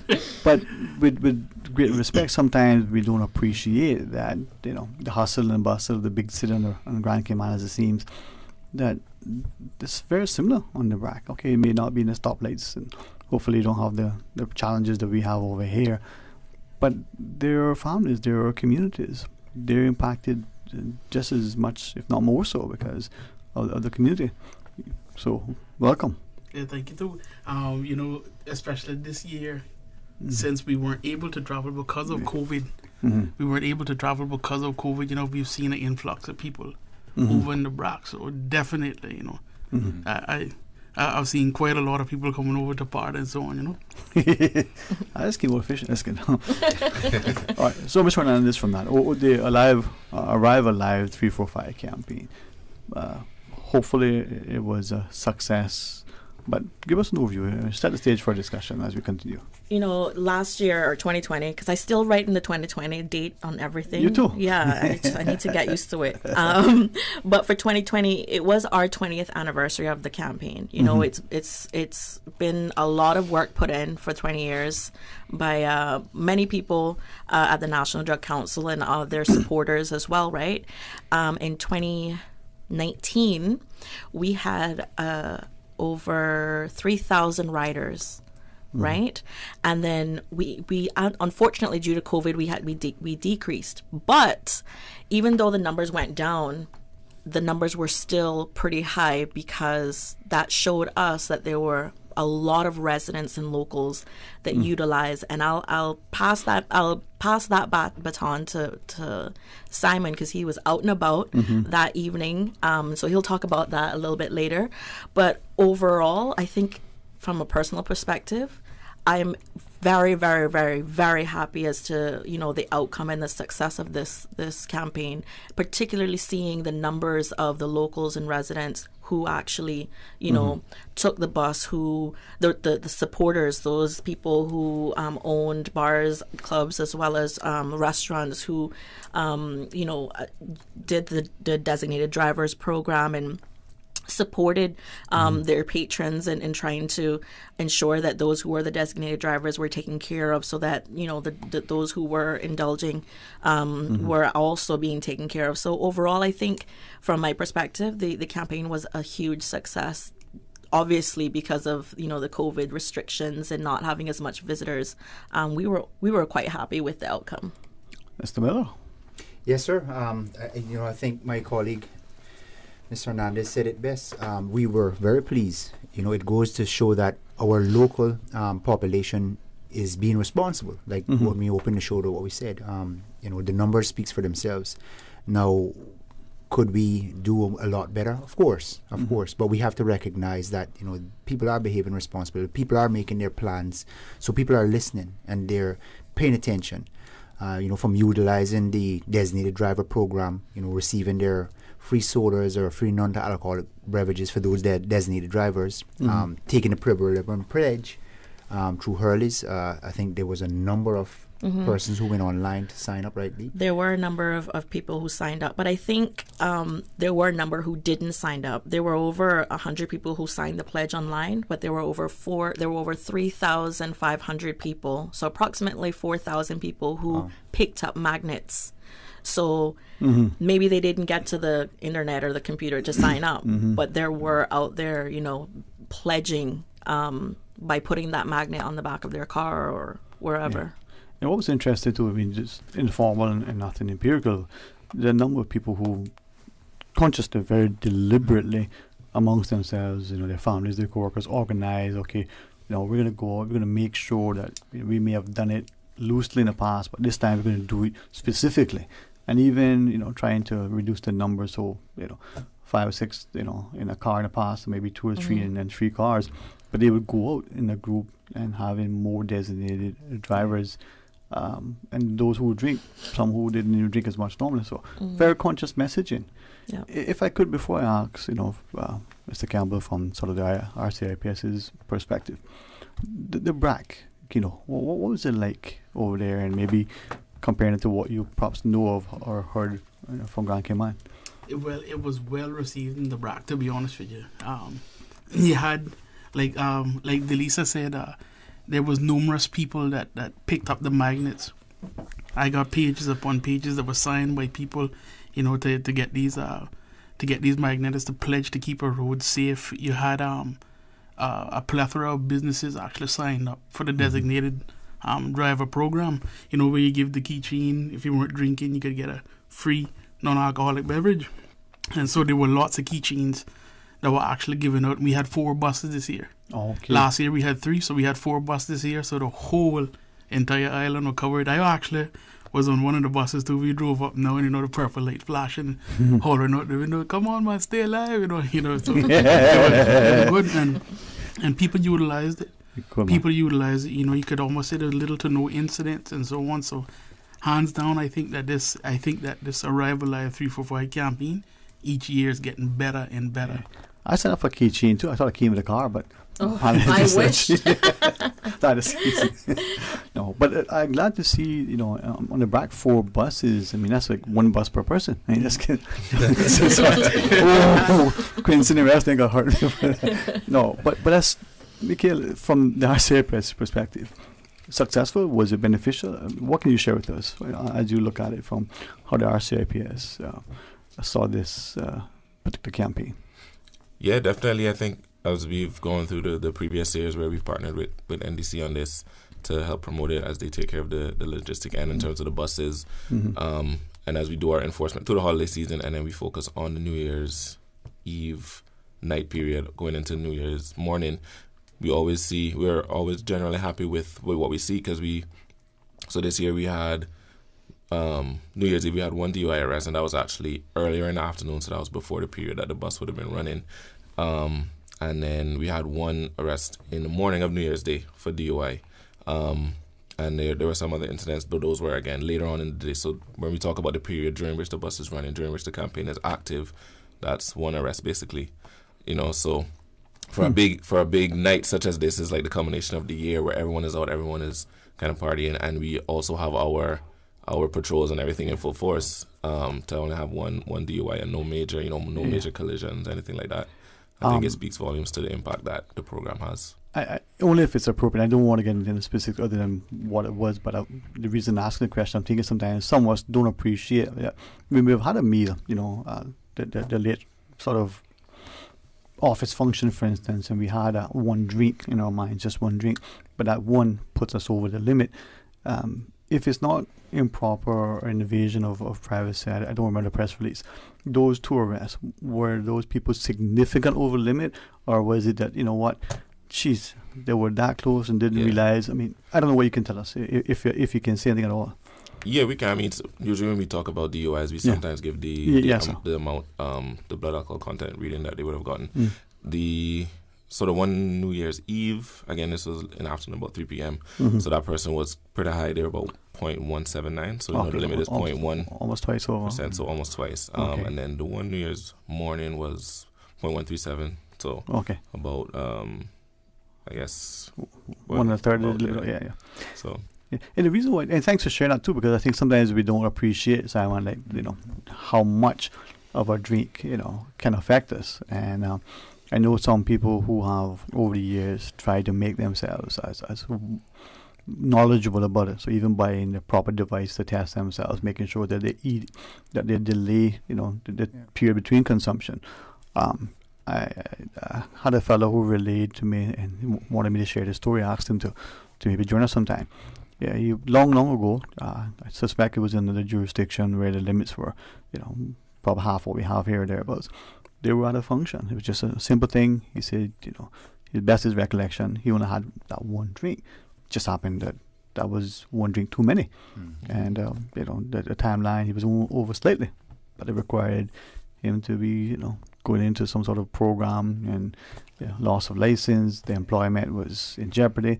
So, be conscious of it, Simon. Yeah, absolutely. And there's so many factors, Sir Sterling, when someone is, making that conscious decision to consume alcohol, and that's why the law is in place. And I know these guys were out in full force, enforcement on New Year's Eve, just a few weeks ago, was, it was present. You could see it out there. Yeah. So the fact that persons, made that decision to make the bus a part of their plans to get them from point A to point B or wherever they were going, like I said, it was very pleasing, very, very pleasing, sir. Well, sorry. Well, just chiming in from our side, and I think everyone here would agree with me, in terms of trying to stay under the limit when you're drinking. There's so many factors that go into how much blood alcohol content you will end up having. It's like in terms of sleep, what you've been doing that day, how much you've eaten, the timing. So trying to manage it, say I'm gonna have enough just to stay under the limit. It's kind of a fool's errand. Yeah. All of us would say here, and everyone in the service would say, if you're drinking at all, just don't drive at all. Just make it simple. Yeah, thanks for that. I was asking something else, but you go right ahead first. No, go ahead. Okay. You ask me the question. Thank you for that, because I was going to then ask, many people, and I would say even some deliberate I know of, very consciously say, okay, New Year's Eve, we're not going to be, drinking at all for every reason. But what about going forward, this whole year, making it part of our psyche, the social accepted norm? The fireworks going to go out, and maybe there are 4 designated drivers and only one person eating, as opposed to one driving and 4 drinking. How do we get to a point where perhaps the restaurants may want to participate and have something to show the designated driver, the individuals deciding that this is what is going to be their new norm as it is? Well, we are aware that there are a number of restaurants that have taken part in the designated driver program who continue this pledge with their patrons and with the community throughout the rest of the year. Restaurants like Morgan's and other restaurants on the island. And with even the Key Ring, if those restaurants and bars and lounges or businesses would be interested in still continuing to do so and need additional key rings, they can pop by the National Drug Council. They can call us at 949-9000. They can email us at info@ndc.ky.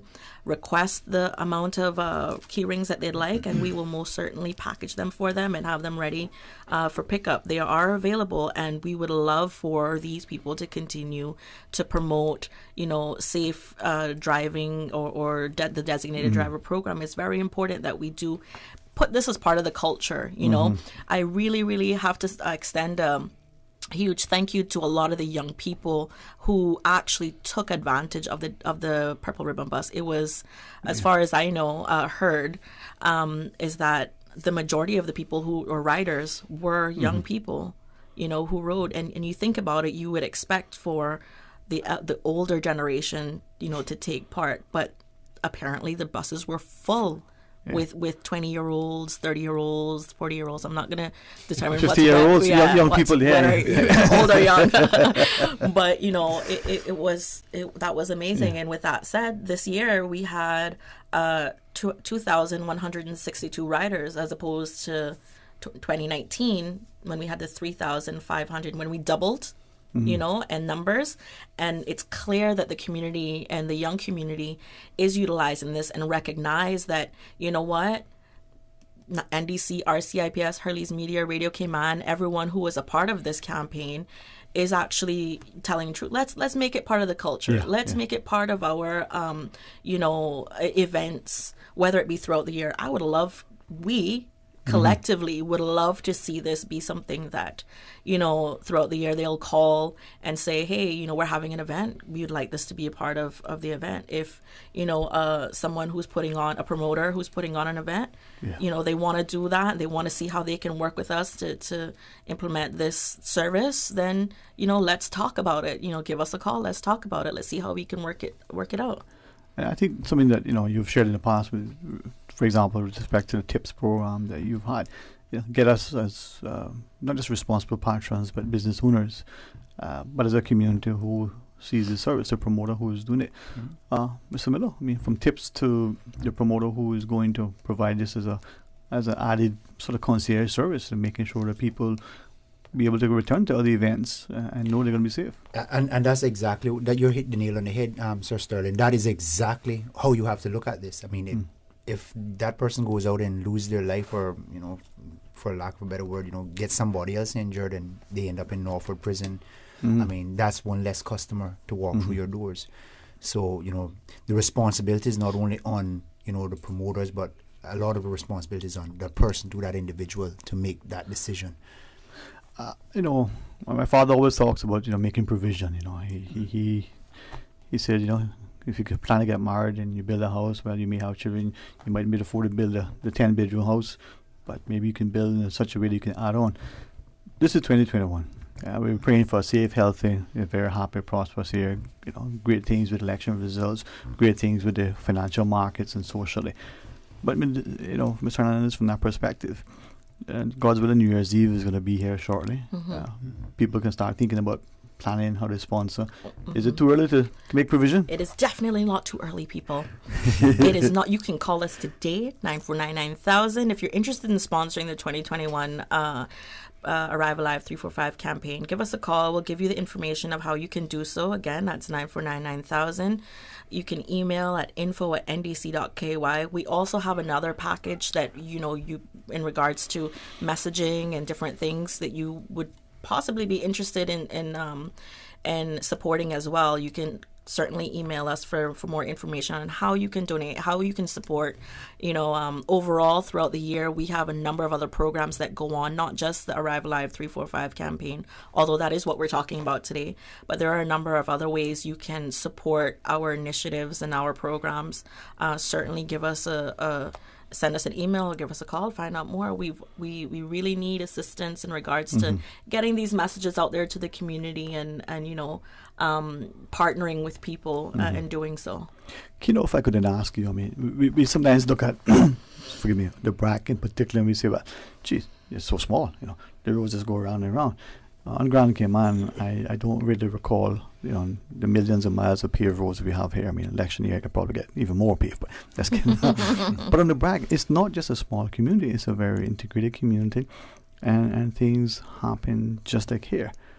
From that perspective, what are we doing? What can we do to make sure that it's an ongoing campaign, and whether it's a daily, weekly, or just once a year, everybody's safe and involved? But there's still, like they were saying, there's people that promote safety. To me, one of the biggest things is about the BRAC. I love what you said about that integration. It's so small. If we lose one person, the whole community feels it.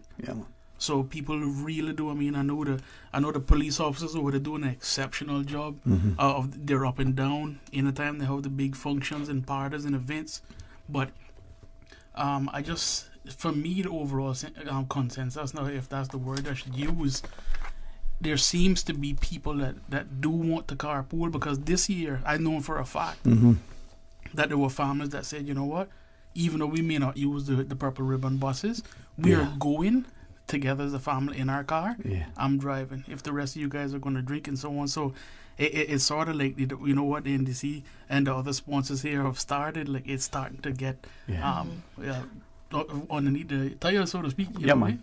Thank you, Sheila, because I did find that even here with some people who normally, I never saw more cars getting washed on New Year's Eve in my park. But this time I saw a few people who instead of taking out 3 or 4 cars from the household, they went in one vehicle, and it was amazing to see that. Yeah. The other thing that I observed too was, a lot of people doing staycations, especially on the West Bay Road. Yeah. And although they were staying at a particular, hotel or a condo, they walked. Yeah. Families walked on West Bay Road. It was so beautiful, and everybody looked so spectacular. Our local people looked spectacular. It was well dressed. We had suits. We had ladies in proper dressing. Oh my God! Thank you, it was beautiful, man. It was beautiful. Yeah, it was after the fireworks. Some of us were assembled, just looking along Mile Beach. Can't call it West Bay Road anymore, boy. Anyway, and the amount of people, it almost looked like you were in some other part of the world. The amount of people who were walking, and what was. I guess a good way, a bad way to stand out was the cars. Yeah. You once in a while you see a car coming by. So maybe we'll get to that point where we're starting to see it as a society that values it. But RCIPS, I mean, you guys' job must be easier if as a community we're working together, appreciate it. But then your presence has to be evident and visible. Mm-hmm. So what do we do now to draw alongside you to make this thing not just New Year's Eve, but every day a successful, as we shared, part of our ethos, our culture, our psyche? Well, I wouldn't even say I think our motto in the RCIPS isn't that our job is easier when the community is involved, but we can't do our job without the community. We need the community are an essential part of law enforcement and community safety, and that's why we're always trying to bridge the gap and to build that relationship with the community. And I think as we continue to work together, going forward, it's not just during the holiday season that avoiding driving under the influence is important. It's year-round. During the week, if you're going out during the week, collisions don't only happen on the weekend, so people can go out and drink on a weekday, on the weekend, any time of the year, any month. So it's just to keep all these things in mind.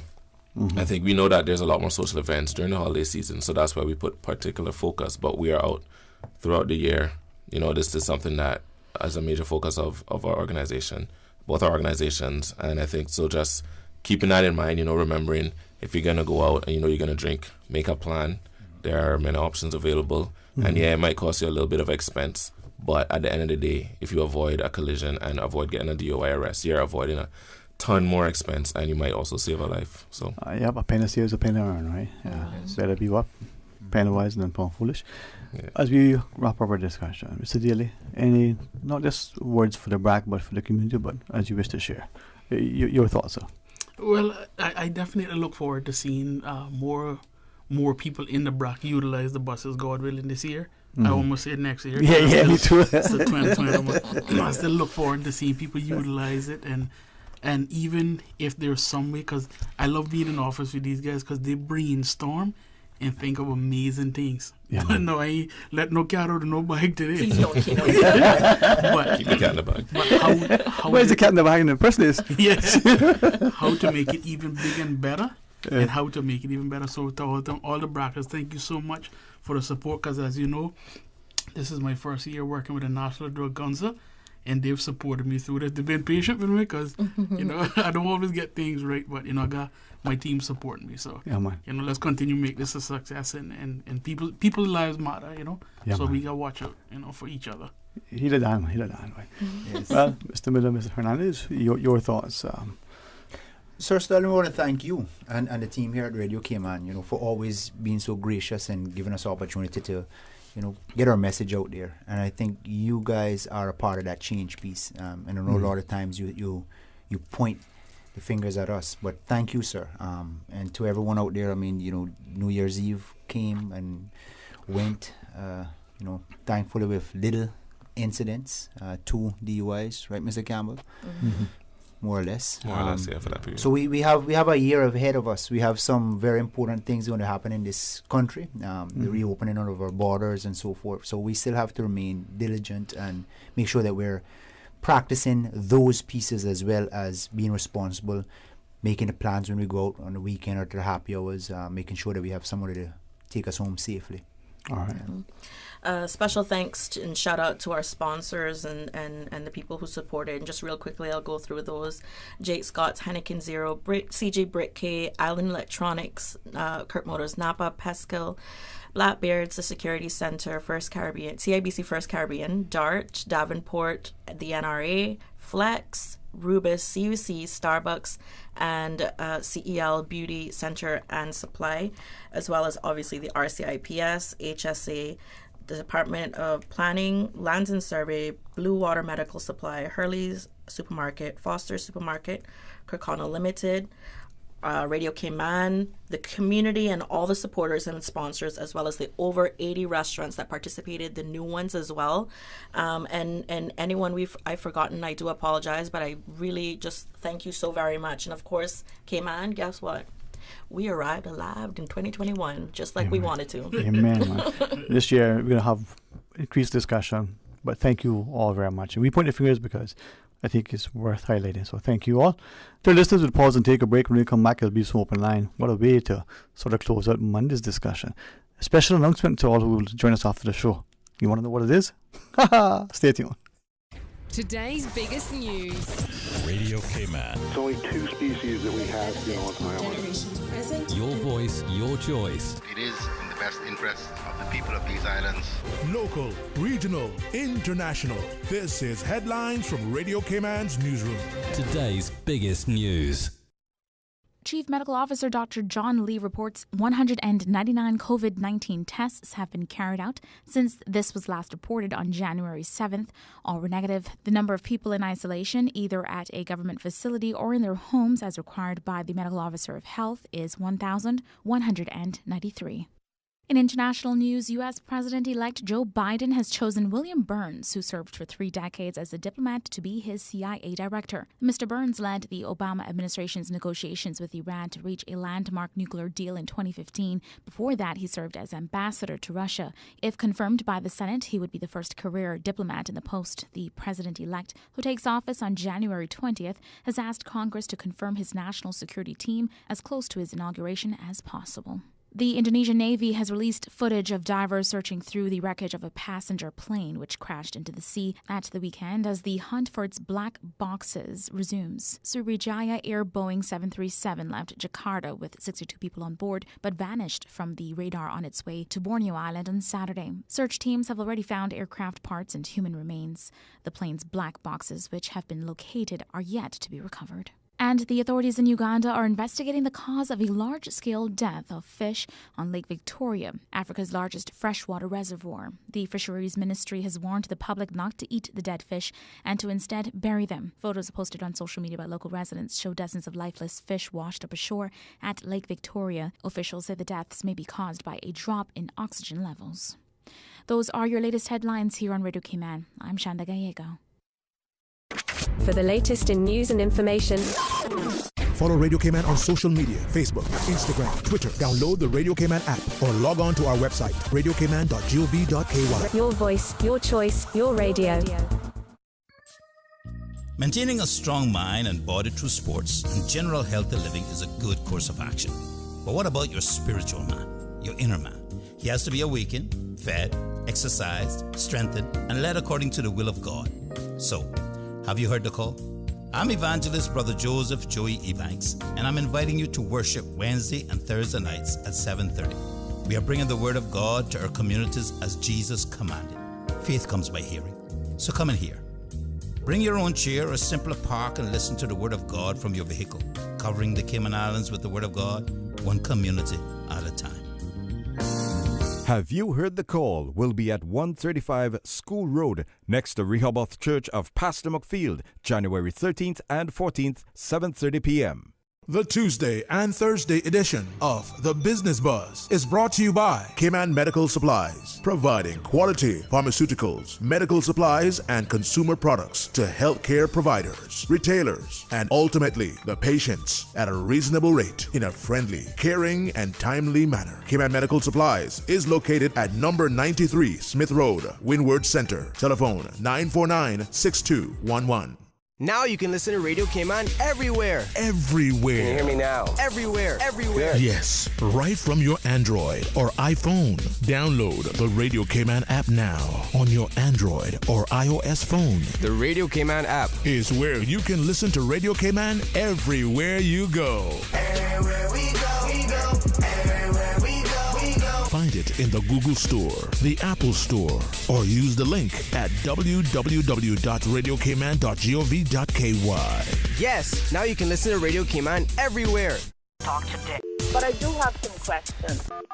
Talk today. Cayman Islands' foremost listeners participation program. Talk today. Because there are more questions than answers. What the public is saying. Waiting to take your calls right now. Sterling Dwayne Ebanks.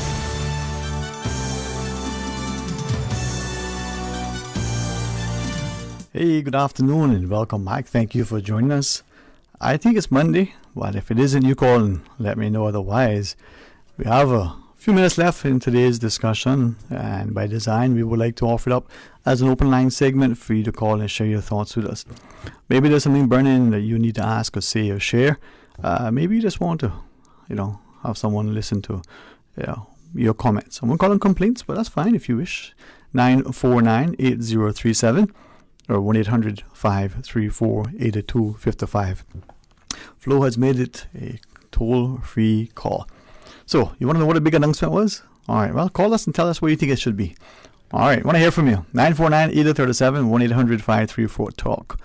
And I believe more than ever, just like how some of us symbolically, perhaps even not just in a jovial manner, may have taken our calendars and, scrunched them up and thrown them in the garbage and said, nope, I'm not even putting 2020 on my resume. We see educational institutions as well as employers making sometimes justifiable concessions to account for all that transpired in 2020. You can't unring the bell, but what can we do to learn from it, to move forward? Now, some may have tried to reinvent themselves.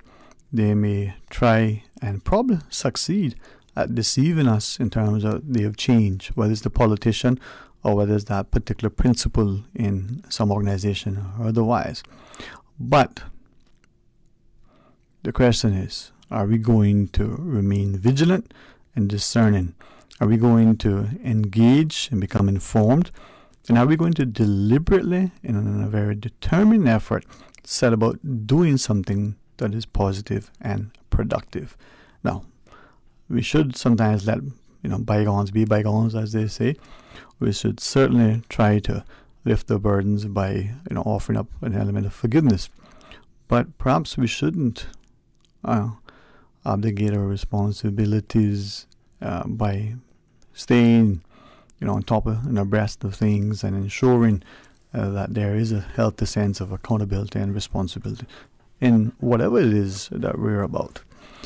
So give us a shout and share with us what you think that a big announcement should be. 949-8037, 1-800-534-8255.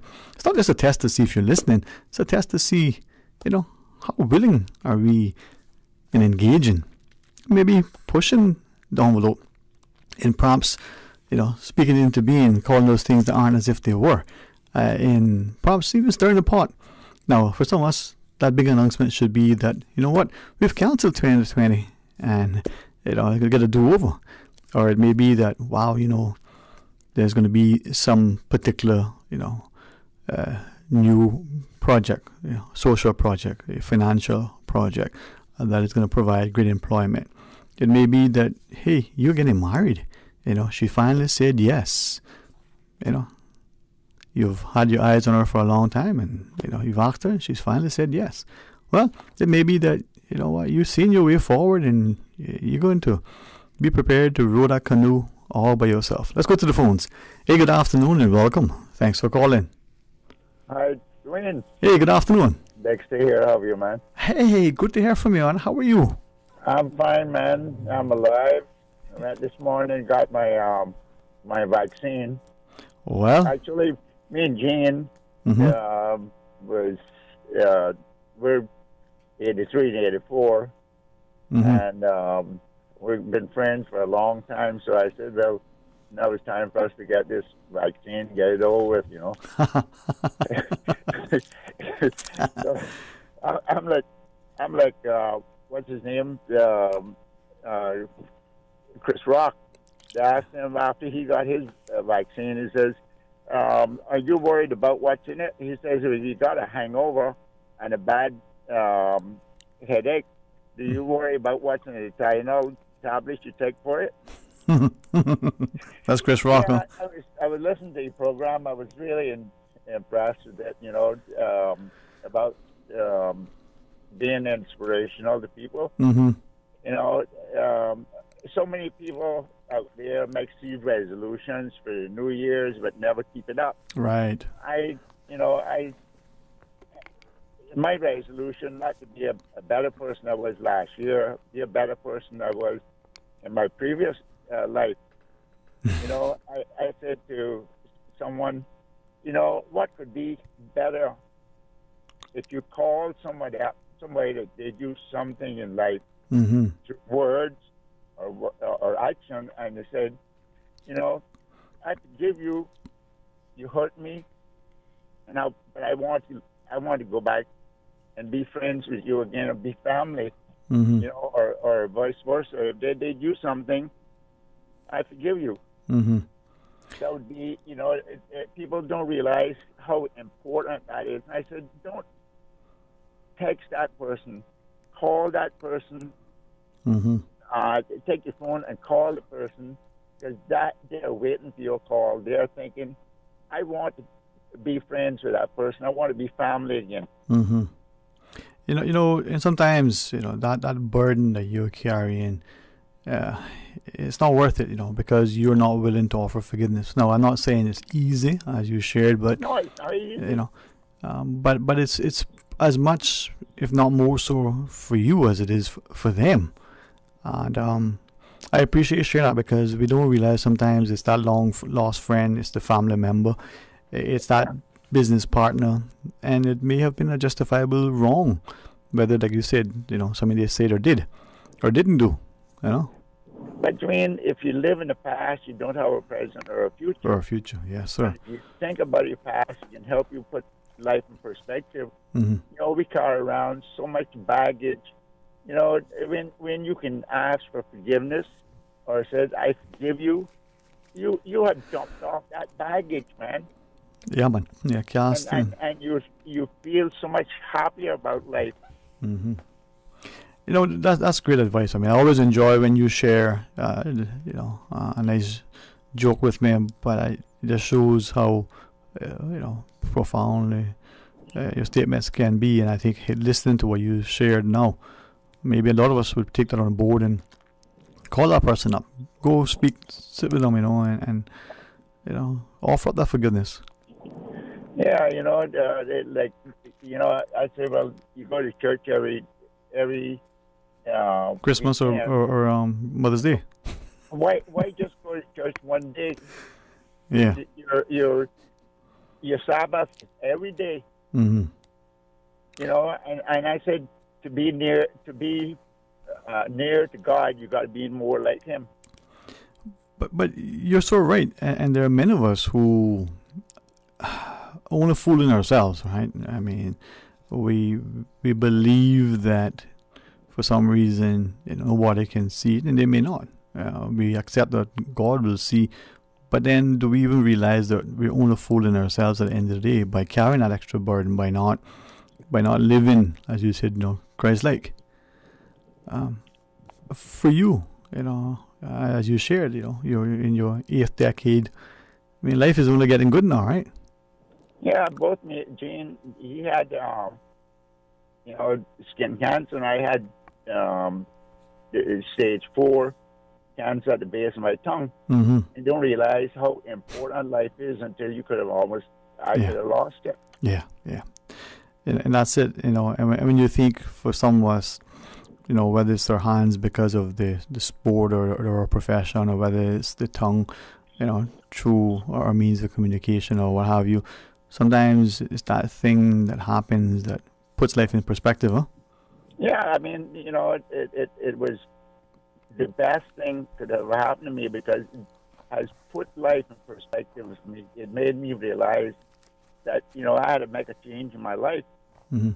Yeah. You know, people don't realize, you know, that you only have one life, and God gives us that life. and you don't, you know, sometimes you go to church and you hear the preacher say, God loves a cheerful giver. You got to give it to receive. That's given for the wrong reason. You know, don't give it to receive. You give it because it's the right thing to do. Don't do it with no expectations. And God gives us, when you can get up in the morning, you open your eyes, you take a breath, and you open your eyes, and you can see that beautiful sunrise. But the sunrise tells us it's more significance than the beauty. Sunrise tells us we have lived to see another day. Amen. And the sunset tells you we have lived that day. Yeah. You know, as I listen to you, I think maybe there are many of us now who need to start to do what you just said, you know, put it in perspective, that it's not just the wealth as measured by our bank accounts, but the friendships and the memories that we have, you know, the willingness and the genuineness of being able to do for others and as best as we can. For you though, I mean, that change in terms of looking at life with a healthy perspective. As you said, sometimes it comes when things like that happen in our lives. For others though, before it gets to that point, what can you say to them again that makes them appreciate that, value it now before it's too late? What was the question? No, that's fine. I was just, as I was thinking out loud, I was just reflecting on when I see you walking the dogs, for instance, and there is in me a fear for your safety because of how foolish we are on our road sometimes with driving inattentively. But then there's an immediate joy in watching you with your, you know, I call them your friends and family as you're walking them. There is something there, man, that an appreciation of life. You know, dying is, you know, I'm not afraid of dying anymore. I'm not afraid of dying anymore.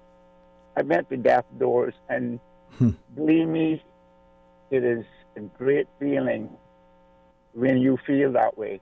When you can get up in the morning and don't hold any ill feelings to any one person. You pray for these people that will see harm come to you. You know, it's not, I guess, death that scares me. It's living in vain. You know, is your life going to matter? Are you going to make it something, you know? Extra always appreciate, man. Any other thoughts you want to share with us?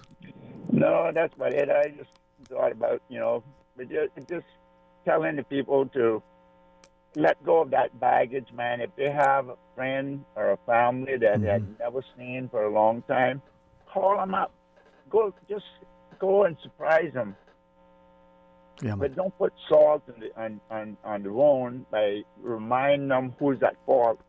You know, maybe when they call them up, it was before calling them up to analyze. Was I part of the problem? Why they acted the way I did? One of the biggest lies you can tell is not taking responsibility for your action. Yeah. Because you're lying to yourself, and if you're lying to yourself, you can't be an honest person with anybody else. You're fooling yourself, right? Yep. Yeah, man. Well, I think what you shared certainly resonates with me, but with others as well. And I appreciate you doing, you know, what you did, man. Blessings to you, my friend. Okay, you take care, man. God's willing. I'll see you soon. Take care.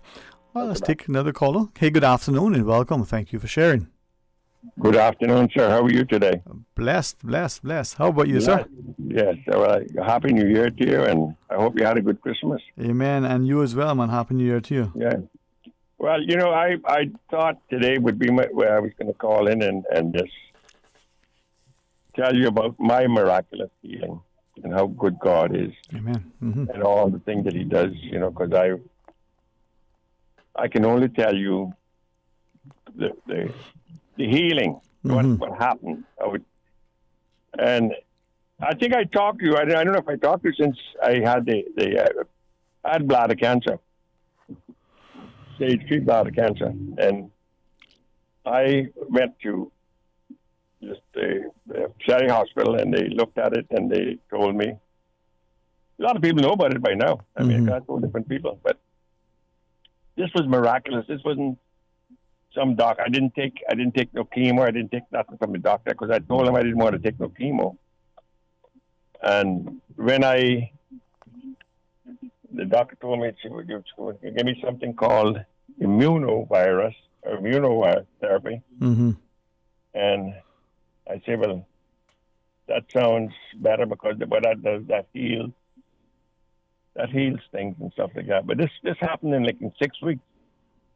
With this stage, I had stage 3 cancer, and I told the doctor when I was talking to him, because I never panicked about anything. I just told him, I said, if God wants me to, continue to be on this earth for some reason, He'll keep me here. I have faith in God, and I said I will pray about it, and He's answered prayers for me many, many times before. Mm-hmm. And I said, this is what I'll do. So I did that, and as time went on, I took some of the immuno thing. I only took one, and then the second one, when I went to get a second one, which was about 3 weeks later or so, and the guy, not the guy, but the doctor said she wanted to give me another ultrasound, but the one. Not the big one with the thing. You just give me an ultrasound with the machine that you bring inside the room. Right. Yeah. And he gave me the ultrasound, and the guy that did it, I asked him about what he found, and he said, well, the only thing I see is you look like you have a slight bladder infection. Well, it surprised me, but then it didn't, because I know prayer, God answers prayer. Amen. Mm-hmm. But to confirm that, when I went out to go that day, that was, like I said, but 3-4 weeks after the thing. Mm-hmm.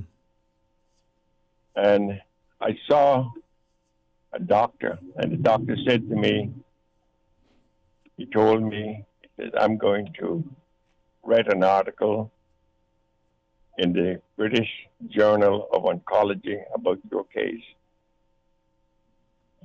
And when he said that, I knew then exactly, mm-hmm. but I didn't feel no more lumps in me down the bottom of my belly where this thing was. Mm-hmm.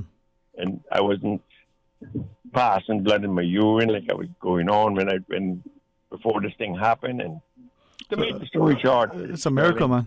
Yeah. God is good, and we got to stop. I don't have anything against medicines when people take medicines and stuff like that. Mm-hmm. But the thing is that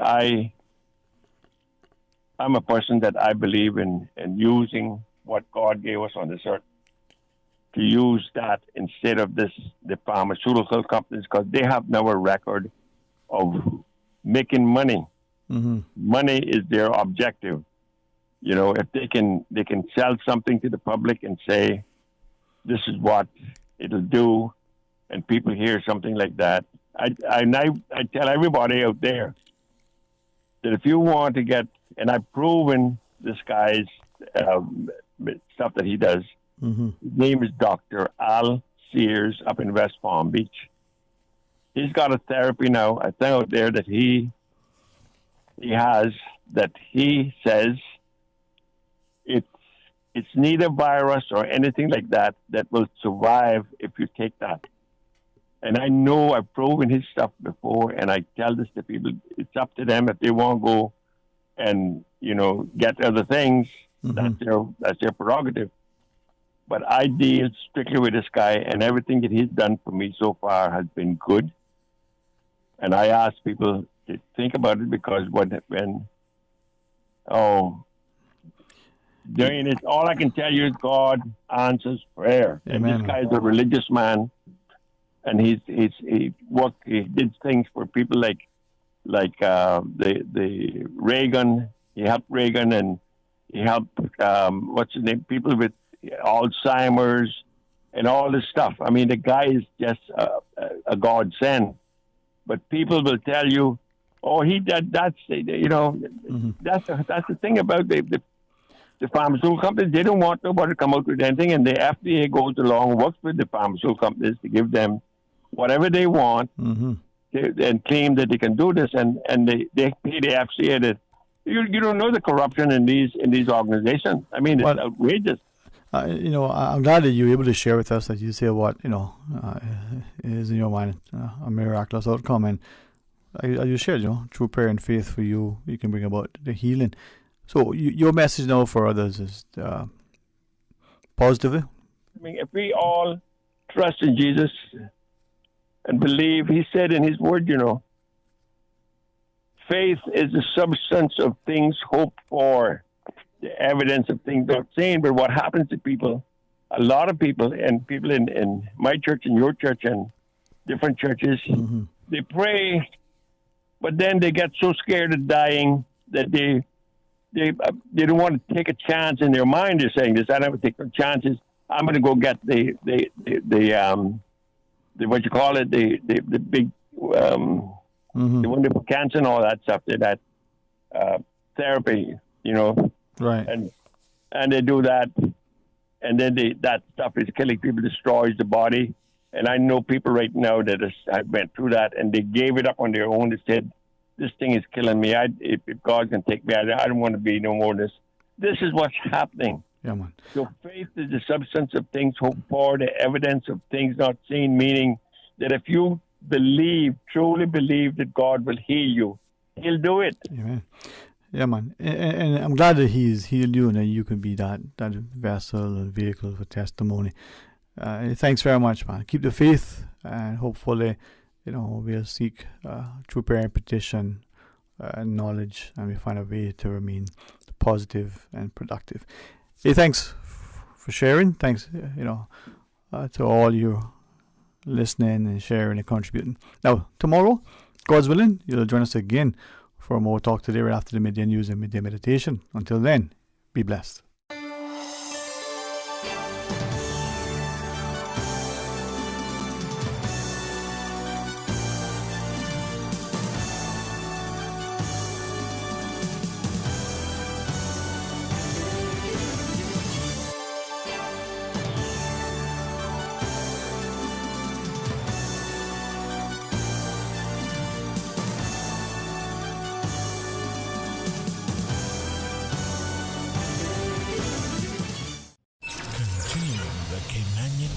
Let Korah keep my ground so clean. The heart and soul of the Cayman people.